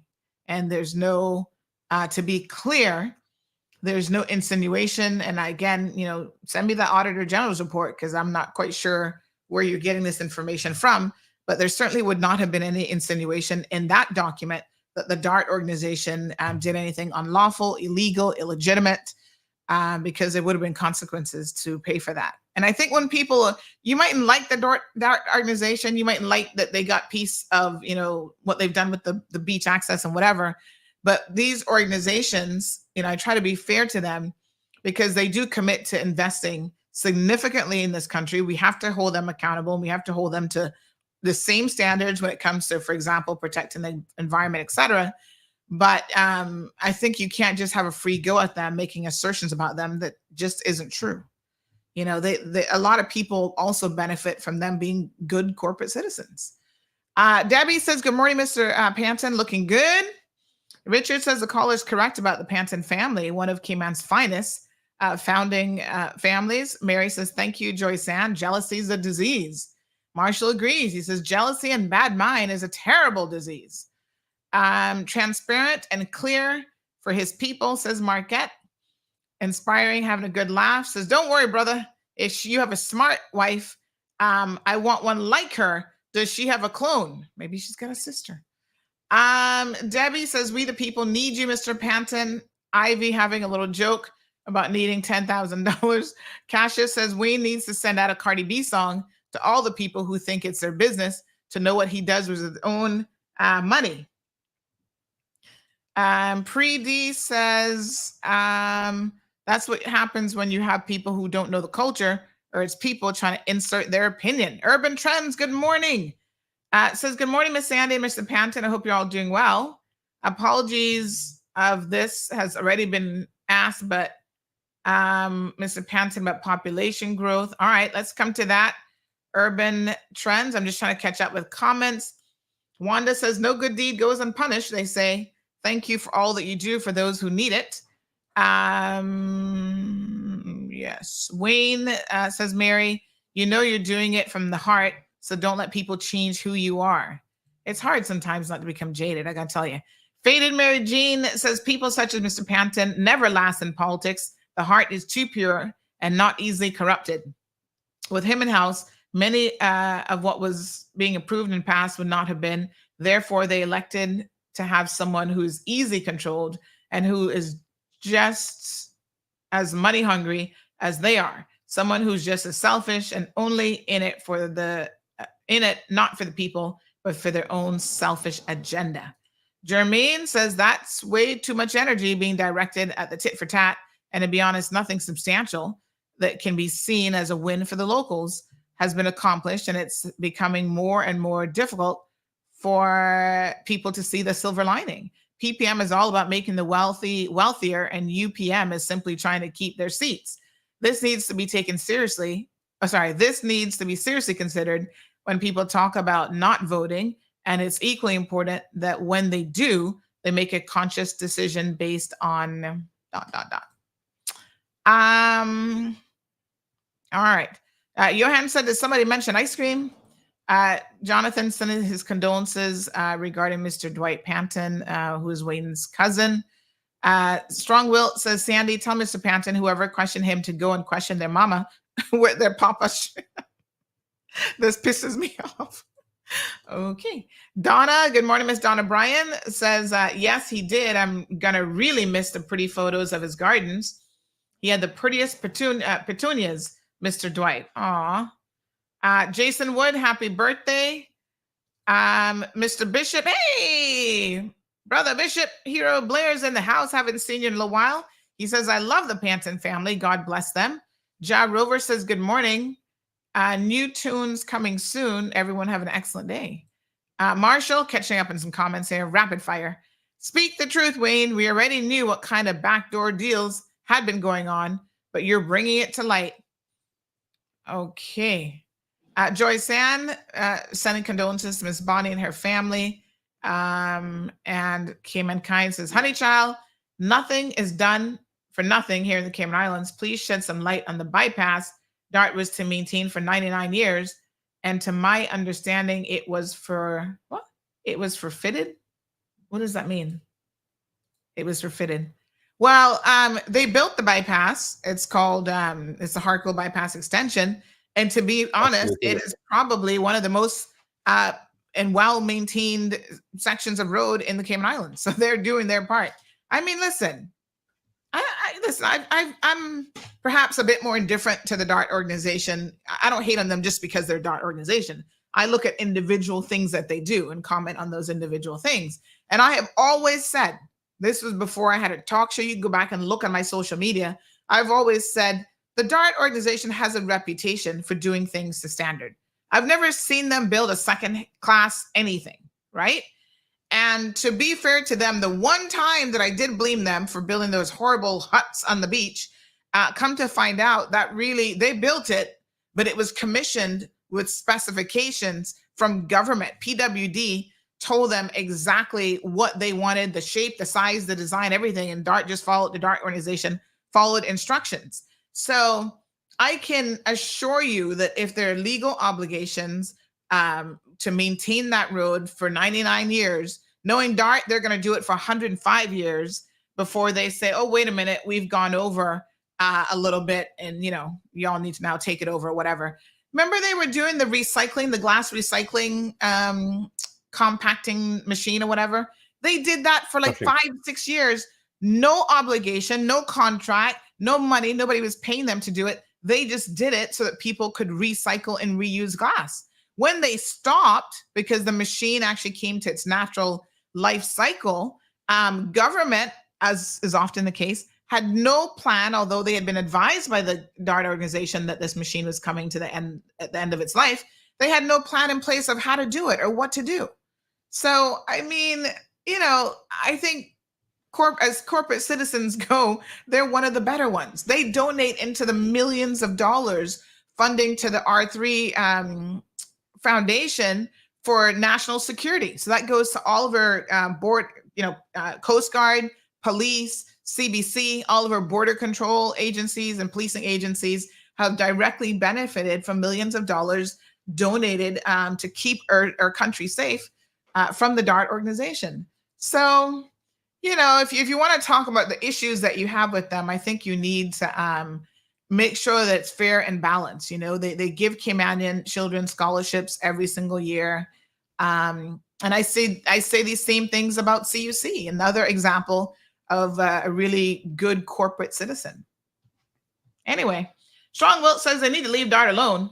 He's contributed a lot to our island, more than any other Caymanian. Facts. Well, you know, it's different types of contributions and stuff as well. And the types of investments that he's made, it's not like he can tomorrow decide he's going to leave Cayman and pick up Cayman Bay, pick up all the multiple hotels and whatever. So maybe we need to just be fair in our commentary about the organization. That's all I say. Mr. Panton, let me just read a few other comments for you. that came in on WhatsApp. Sandra, sorry, I had to step away. No, that's okay. These things happen. A security alarm was going off, and I don't know what the reason for it was. There's some transmission error, but I just wanted to quickly say, to extend condolences to Dwight's direct family, and to say that they're all in our thoughts and prayers, and we're certainly I'm going to miss Dwight. He was, we were very, very close for a very long time, and then we have continued to be close over the years, but of course he lived a long ways away as well. So I want to extend condolences to Shannon, and in particular to his two boys, two wonderful boys that I know are going to miss him very much as well. So I just wanted to say that. On the broader issues that you were talking about there, the DART organization has an outside influence on Cayman in a variety of ways. Much of it is positive, but I think there are times when it can be negative, or certainly be perceived as negative. And those are the things that they have to be conscious of, and we have to be conscious of as a country as well. But they do a lot of good things, and just like many other large employers, large corporate citizens in the country, I think they try to contribute in a very positive way to society, and try to improve society and improve the quality of life for people, and provide things like scholarships and those types of things. And all of that is to be commended and to be encouraged. So I don't know what else you want to get onto, but let's go. All right. Just trying to catch up and some comments here. So this person said that you're looking much younger. They said, good morning. Is it just me, or is Wayne looking more handsome and healthier now that he's not dealing with the cabinet backstabbing donkeys? Another person says, Mr. Panton needs to form a proper party. I like his style of governing. Pack a party.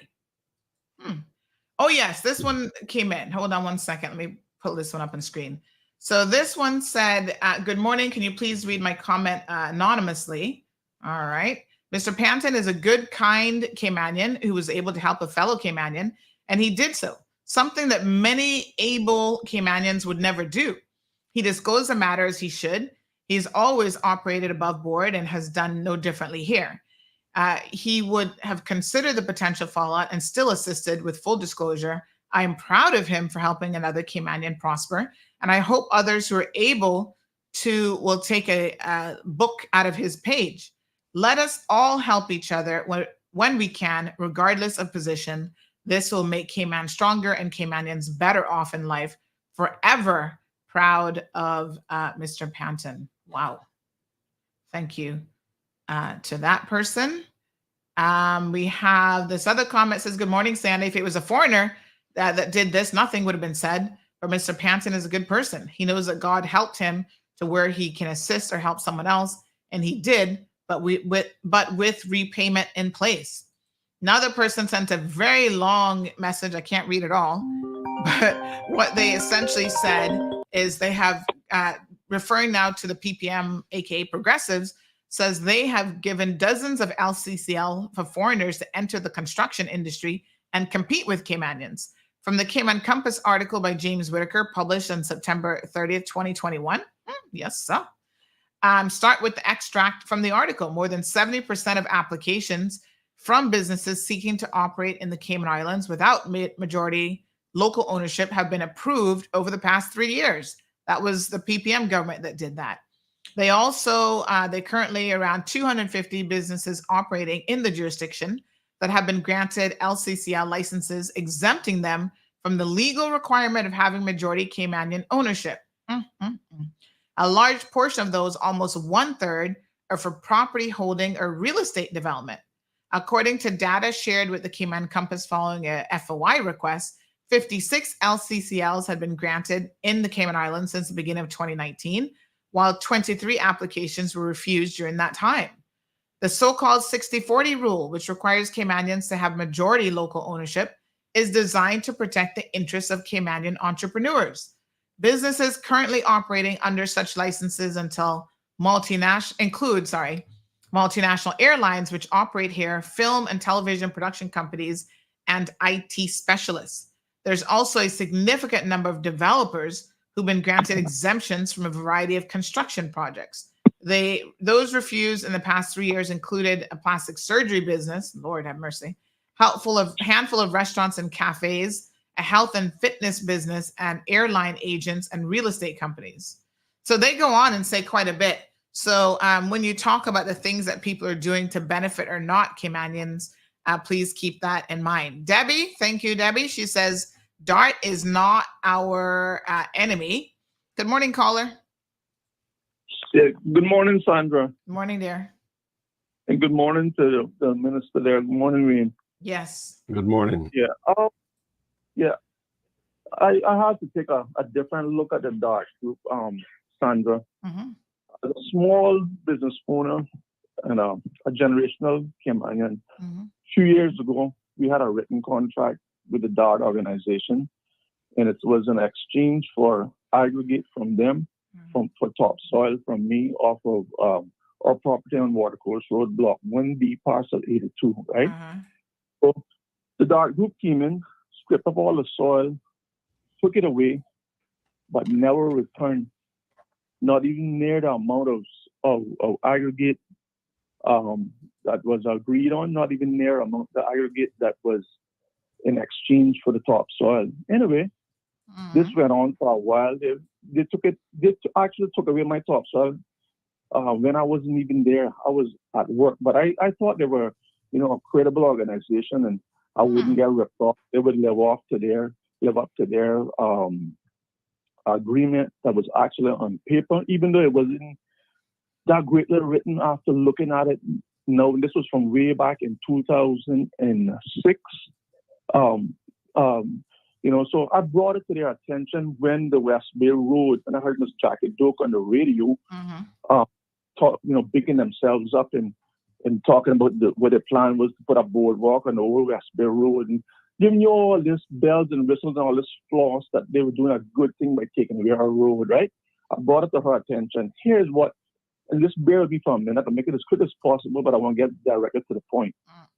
Here's what they did, right? She sent over engineers. She sent over all kind of people in a team, a big show for my property. I spoke with one of the engineers.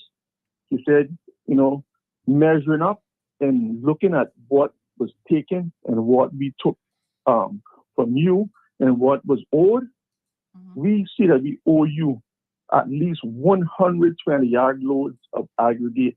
Right? That was from his engineer. Anyway, went forward. We started having this rapport. Nothing would be put in writing from the DART group ever, And it's always a new person coming along that we had to get a sign off on. We almost there. And then at the end of the day, they just up and dropped it. You know why they dropped it? Because they knew that a small person didn't have the financial backing to take a big organization like that to court. So they crushed the small people. Fast forward a few more years, I didn't drop the situation ever. Fast forward a few more years, when they wanted to destroy Barcus by digging out 3 football-sized fields of marine grass alone, putting calico jacks up there, and putting a dock 320 feet from the building out into the sea so no one could even traverse the beach. When the community all kicked against that, and I spoke to Mr. Handel himself and told him stop being used as a tool by these people. Mr. Ken Hayes was working for the DART organization at the time. I don't know if he still is. Ken and I had a detailed conversation about this situation again. I said, Ken, I know you're going to make your company seem as the greatest in the world, but I've been on the circus before. You're going to carry you around a big circle and nothing will happen. Sure enough, Ken started the process for him, and I thank him. He started the process. We had a rapport building again. Here's what they offered me. After owing me no money from their, not from me, from their engineer, 100 loads of aggregates, and here what they offered me. $12,420 CI cash or 22 loads of aggregate. That's what they offered me. I said, hell no. And then at the end of that, if I got that, I would have to send the DART organization a great thank you letter for donating the stuff to me. They didn't donate shit to me. They were paying a bill and not even wanting to pay it in full. All right? So I told Ken, I said, Ken, I can't accept this, bro. You know, where I get nothing, I can't fall on my principles to give your organization accolades for what they owe me and they're not paying me in full. How would that really make me look? All right? This went on and on and on, circle around. I got sign off on this one. I want to say, Ken, I've been on this road before, bro. Fast forward last year. So I'm at, this year, actually. So I'm at the Cayman Black Agricultural Show. The Ken did not tell you exactly what was going to happen. So when we dig up the DART group, we have to be mighty careful of what we're saying. Because I'm sure I'm not the only Caymanian that got burnt by this group. I've heard a lot of other people say, especially small timers.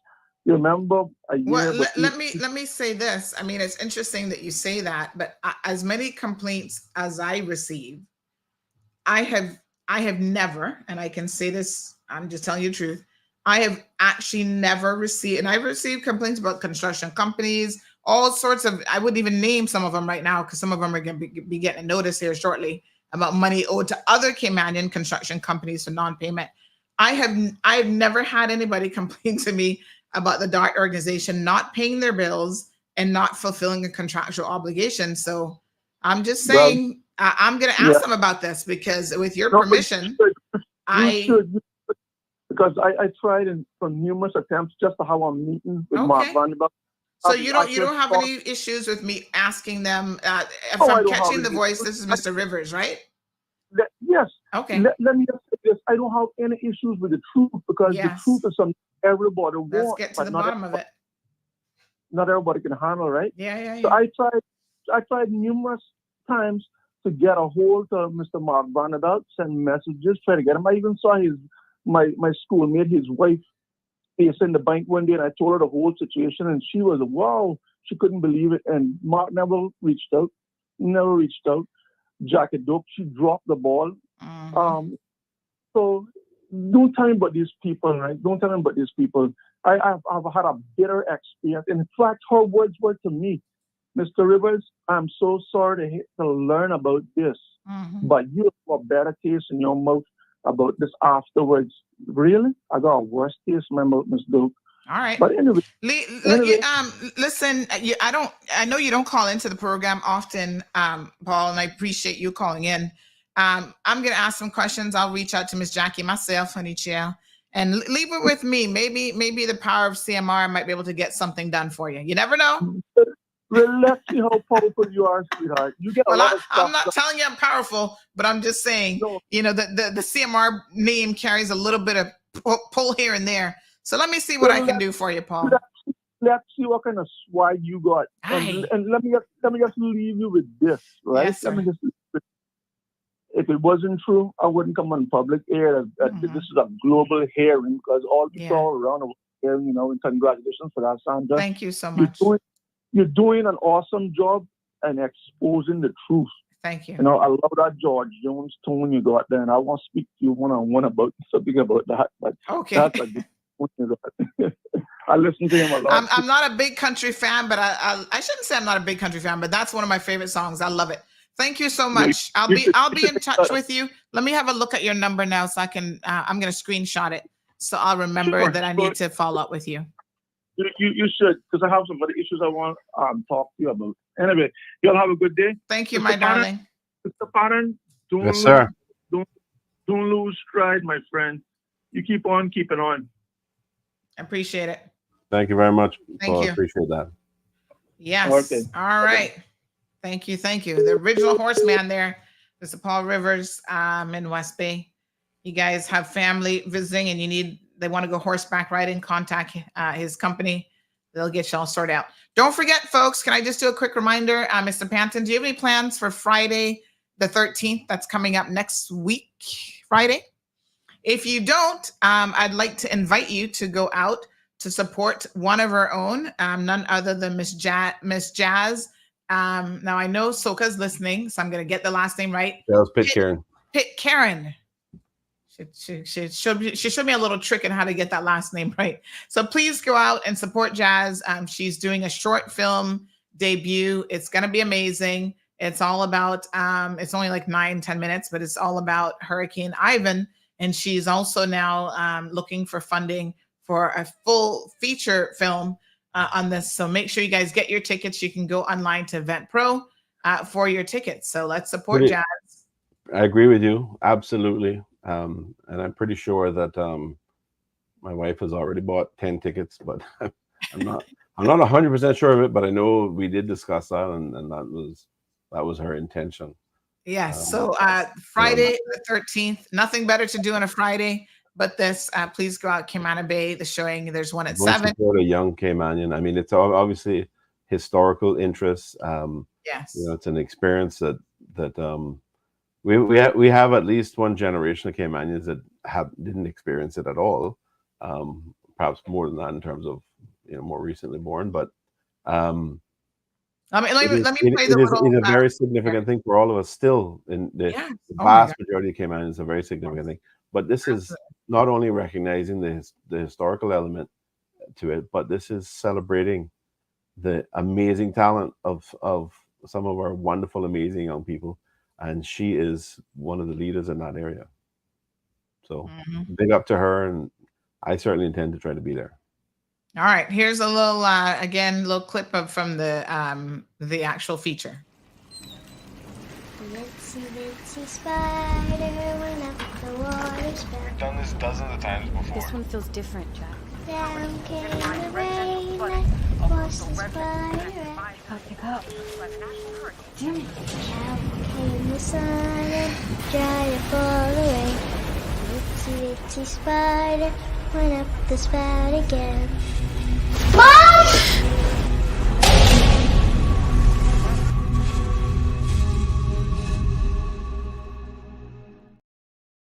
Wow, that's a good trailer because it gives me goosebumps every time I watch it. I'm like, oh my God, what's gonna happen? Yeah. I'm gonna be there. Get your tickets, folks. EventPro. Tickets are only like $10. You can't go wrong. Oh, Gabby said, how many times have we heard that expression?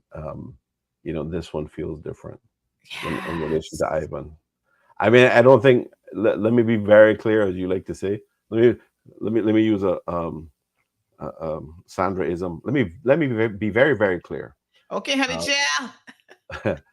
Feelings shouldn't come into this. We should be prepared and consistently try to be prepared, even when we perhaps feel that there isn't a big risk, because these things can happen, pop up out of nowhere, and build up and become an incredible threat to our families' safety and well-being. So, and your property and everything. So take it all very, very seriously. Yes. And be prepared as much as possible. And listen, the last couple of weeks, it's been quiet, but only now are we getting into the height of the hurricane season. We still have months to go. When September comes, hurricane season turn up. Yep. So definitely. It's not and I know we get some weather coming over the weekend, folks. So again, keep drains free. If you see a drain that needs to be cleared out or whatever, just get on it and do it before the storm is close to us, because then everybody's running to do a mad rush. So hurricane preparedness being extremely, extremely important. So Mr. Panton, thank you so much. Let's see, I got one more. Let me read this one. This one's kind of long. Hold on one second. This person says, sometimes it's easier for me to grab it and then show it on the screen. You guys can read along in class today. Give me 1 second. Let me pull this one in. So this person says, Mr. Panton means good, but these scumbags trying to bring him down. But he's doing us good, and I pray he runs for MP and be elected as the premier again. But don't bring those cutthroats again. Well, he can only bring what's there. I mean, y'all need to make some decisions now. If you think somebody's a cutthroat, maybe make some other choices, because he can only work with what's in there. Sandy, tell Mr. Panton that they can't pay him enough to be premier again after hearing what they asked for. He's a good man, but he is not stealing government money and leaning anyone. It's his own money. It's all political move, but each will have their day. And Mr. Panton, you stay the way you are, and God will continue to bless you, sir. Don't make Julie and those cutthroat team make you change. All right. Thank you, ma'am. Okay. Well, thank you so much, everyone, for another amazing segment with Mr. Panton. Thursdays, I think, are kind of his days now, it seems like. Dakota says, mankind forfeited. Marshall says, if they're all cutthroats, then cut them out from the next election. So on that question, somebody did say to me earlier, please do not forget. Let me just find this question here. Okay. So she says, please remember to ask Mr. Panton, will he be running again next year? So this is a question everybody's lips. And so I don't know if you've made a decision yet, but I'm going to ask the question. Well, it's circumstances like this that tend to cause a delay in decision making about these things. Mm-hmm. I don't feel under pressure to make a decision and announce it at this point. Mm-hmm. I don't know anybody else. None of the existing people have said, other than perhaps the premier has said she's not running again. But of course, she said that for several elections.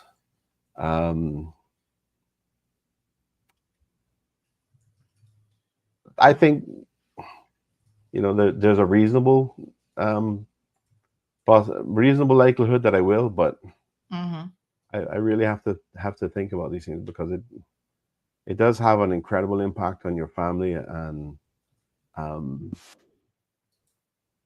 it's public service is very rewarding, but it can also be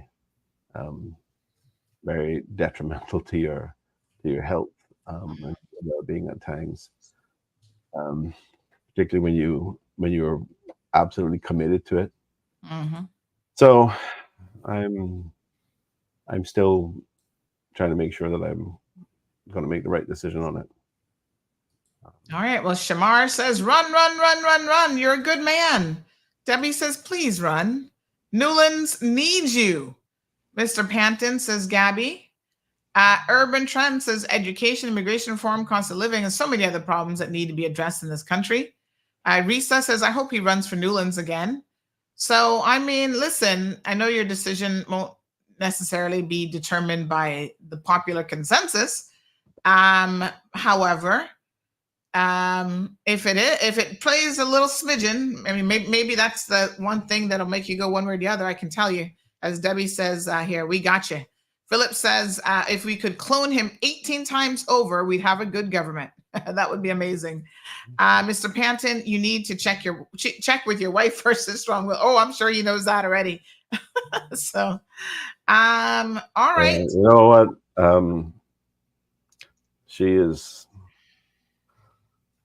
She can be my biggest supporter, but she can be my biggest critic too. So, and I don't know that there's anything wrong with that. But Lord, I can tell you, sometimes the criticism can be wilting and painful. It's sometimes it's worse than when you get outside. But anyway, it's coming from the best place, so that's that's how it goes. All right. Well, thank you so much, Mr. Panton. The pickleball court awaits you. You know, I'm ready. I'm getting other little things in place, folks, putting out my little chairs and everything where you can sit if you need to take a little break. I'm organizing the area properly now. It's been done, but it still looked a little bit like a construction zone. Yeah. So yes. All right, Dakota. Thank you guys so much, Mr. Ween. Thank you for being just transparent. I mean, it's refreshing to be able to ask a question and get it answered. And I think you've more than explained what transpired. And I think anybody who was sensible, you know, there are people in the comment section. I'm surprised at how Caymanians, they just don't read. They don't pay attention. Anybody that was sensible could see that this was a personal transaction. There was nothing underhanded about it. There are people commenting as though it was government money, like, oh, they should have taken that and put that in the community. I'm like, this is Mr. Wayne's personal money, and he does a lot already for the community. So I personally know that you don't like to talk about these things, but I want to thank you for everything that you do, for every single, you know, person that you've assisted. Even when you were not an elected official, you kept your MP office open and you continued to help people.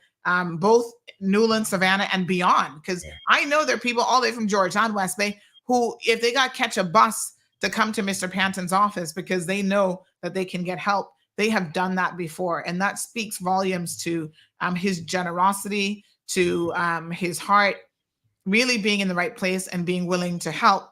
But I want to also, in that same vein, encourage our people, don't be a beggar. Just because you know that someone is generous, try to be self-sufficient, right? I'm all about the self-sufficiency life. I was jokingly saying to someone yesterday, I got my eyes on a little warehouse right now that I would love. I'm going to go to Florida in a couple of weeks. I'm planning on playing the lottery. It is legal there. And if I win money, the first thing I'm going to do is come back and purchase that, because that's an investment in my country and a piece of land, a little piece of whatever.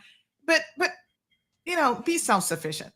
Don't this begging mentality of our people. If you can get up, your healthy body, you should give thanks to the good Lord. Get out there and work. Nothing wrong with your own. Nothing wrong with having your own. And nothing wrong with working. So thank you again. Sorry, Sandra, I'm going to have to go. Yeah, I've got no problem. multiple alarms going off again. Oh my gosh. Yeah. I just want to say thank you, and thank you to the people of Cayman who have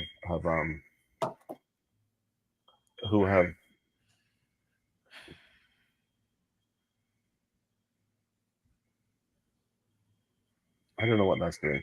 Yeah. Who have signed in, and I can make a mistake, just like anybody else can. But in this case, you know, I have been completely transparent. The bottom line is this: people can take facts, they can take truth, and they can twist it to try to pursue an agenda against you. Something I did there must have worked. For those people who are promoting these types of attacks, while they may have to twist facts against me and take the truth and twist it against me, I can tell you that the vast majority of them, all I have to do is tell the facts about them, tell the truth about them. And that in itself has a bigger effect and a bigger impact. I'm not saying that I'm, as I said, that I'm perfect. I can make mistakes too. If I do make a mistake, I'll own up to it. If I make a mistake, it comes from, not from a bad place, but from an attempt to do things right and be a good person. Thank you to all the people that came in, and thank you to you, Sandra, for this platform and your positive contributions to discourse and the recognition of facts and truth. Obviously, you make mistakes too. We all do. You know, there are times when I don't come onto the show because things have gotten a little bit colorful. But notwithstanding all of that, I think you are an overall force for good, and you should be recognized in that way. And I will certainly not support attacks on free press in this country. I have no issue with the Compass writing an article as they have done, provided that agenda is one which is reflected in the positive, reflected in an attempt to seek the truth and seek public good. That's what I'm about as well. So thank you again. Thank you to people who came on. Have a wonderful day. Thank you. Let's all be, to borrow a phrase from Mr. For the Record, let's all be our brother's keepers, and let's try to help where we can, if we can. Absolutely. Yep. Be careful. Have a wonderful day. I appreciate it. Let's make Cayman better together. Thank you. I really, really appreciate that. All right. Thank you. That's MP for Newlands, Mr. Wayne Panton, folks. I'm always willing to be transparent and honest with the people. Debbie says, what a team, Sandy and Wayne. Oh my gosh. Yes, sir. What a hot mess. This other person on WhatsApp says, Wayne has the distinction of being the only politician that the people want back in office. We love you, Wayne. Oh my gosh. This other person says, do not be discouraged, Mr. Panton. We've all learned one thing in this lifetime. No good deed goes unpunished, but that ought not to take away from the good that you've done and continue to do.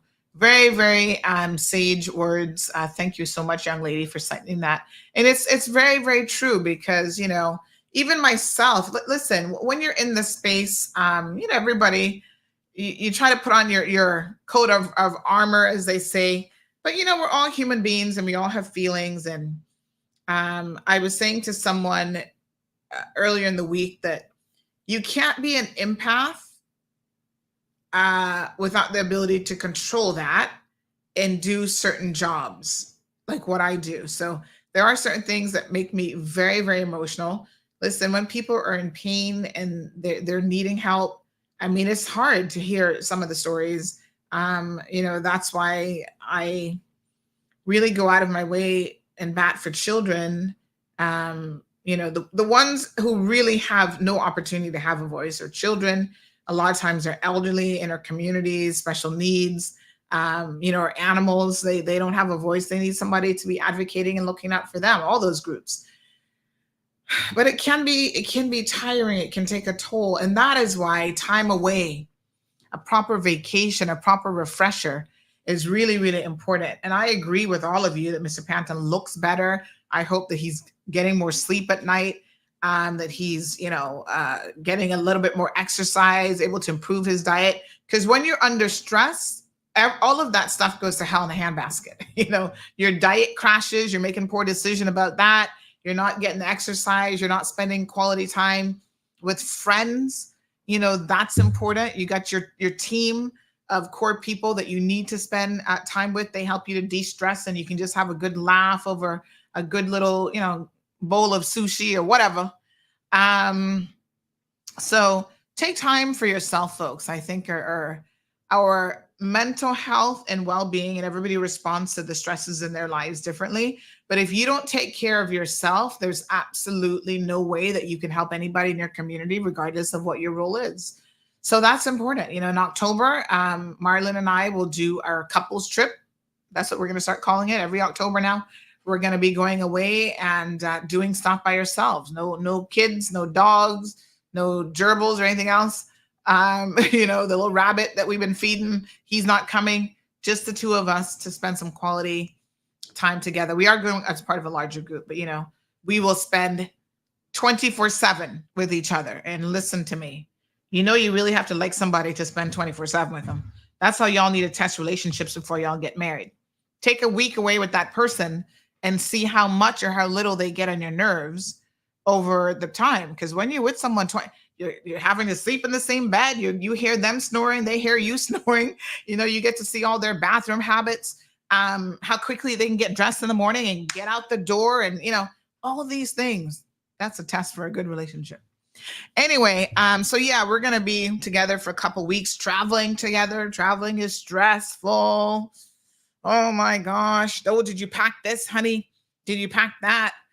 Oh my goodness. Anyway, it's gonna be a good time. I'm really looking forward to a little trip away, and I get to see a new part of the world that I've never been before. I'm so excited. Yeah. So yeah, I mean, take time for yourself. That's so important. I appreciate Mr. Panton. You know, like he said, nobody's perfect. We all make mistakes. We all do things in retrospect. Like, maybe I shouldn't have done that. But he's here and he is open to speaking to you. Look at how many MPs over the past 4 years have not spoken to you a single time in 4 years. Now coming up to election, they can find time for y'all. But you've got to remember what the long-term picture looked like and why they're now going to find the energy for you. That's why I say give Kenneth his credit, honey child, because he finds time. You know, he'll call in. Even if he's going to say something wrong or screw up or get it, at least he's willing to call. Now, it's up to you to determine how much weight you want to give that. But by comparison, there are many others who don't do it at all.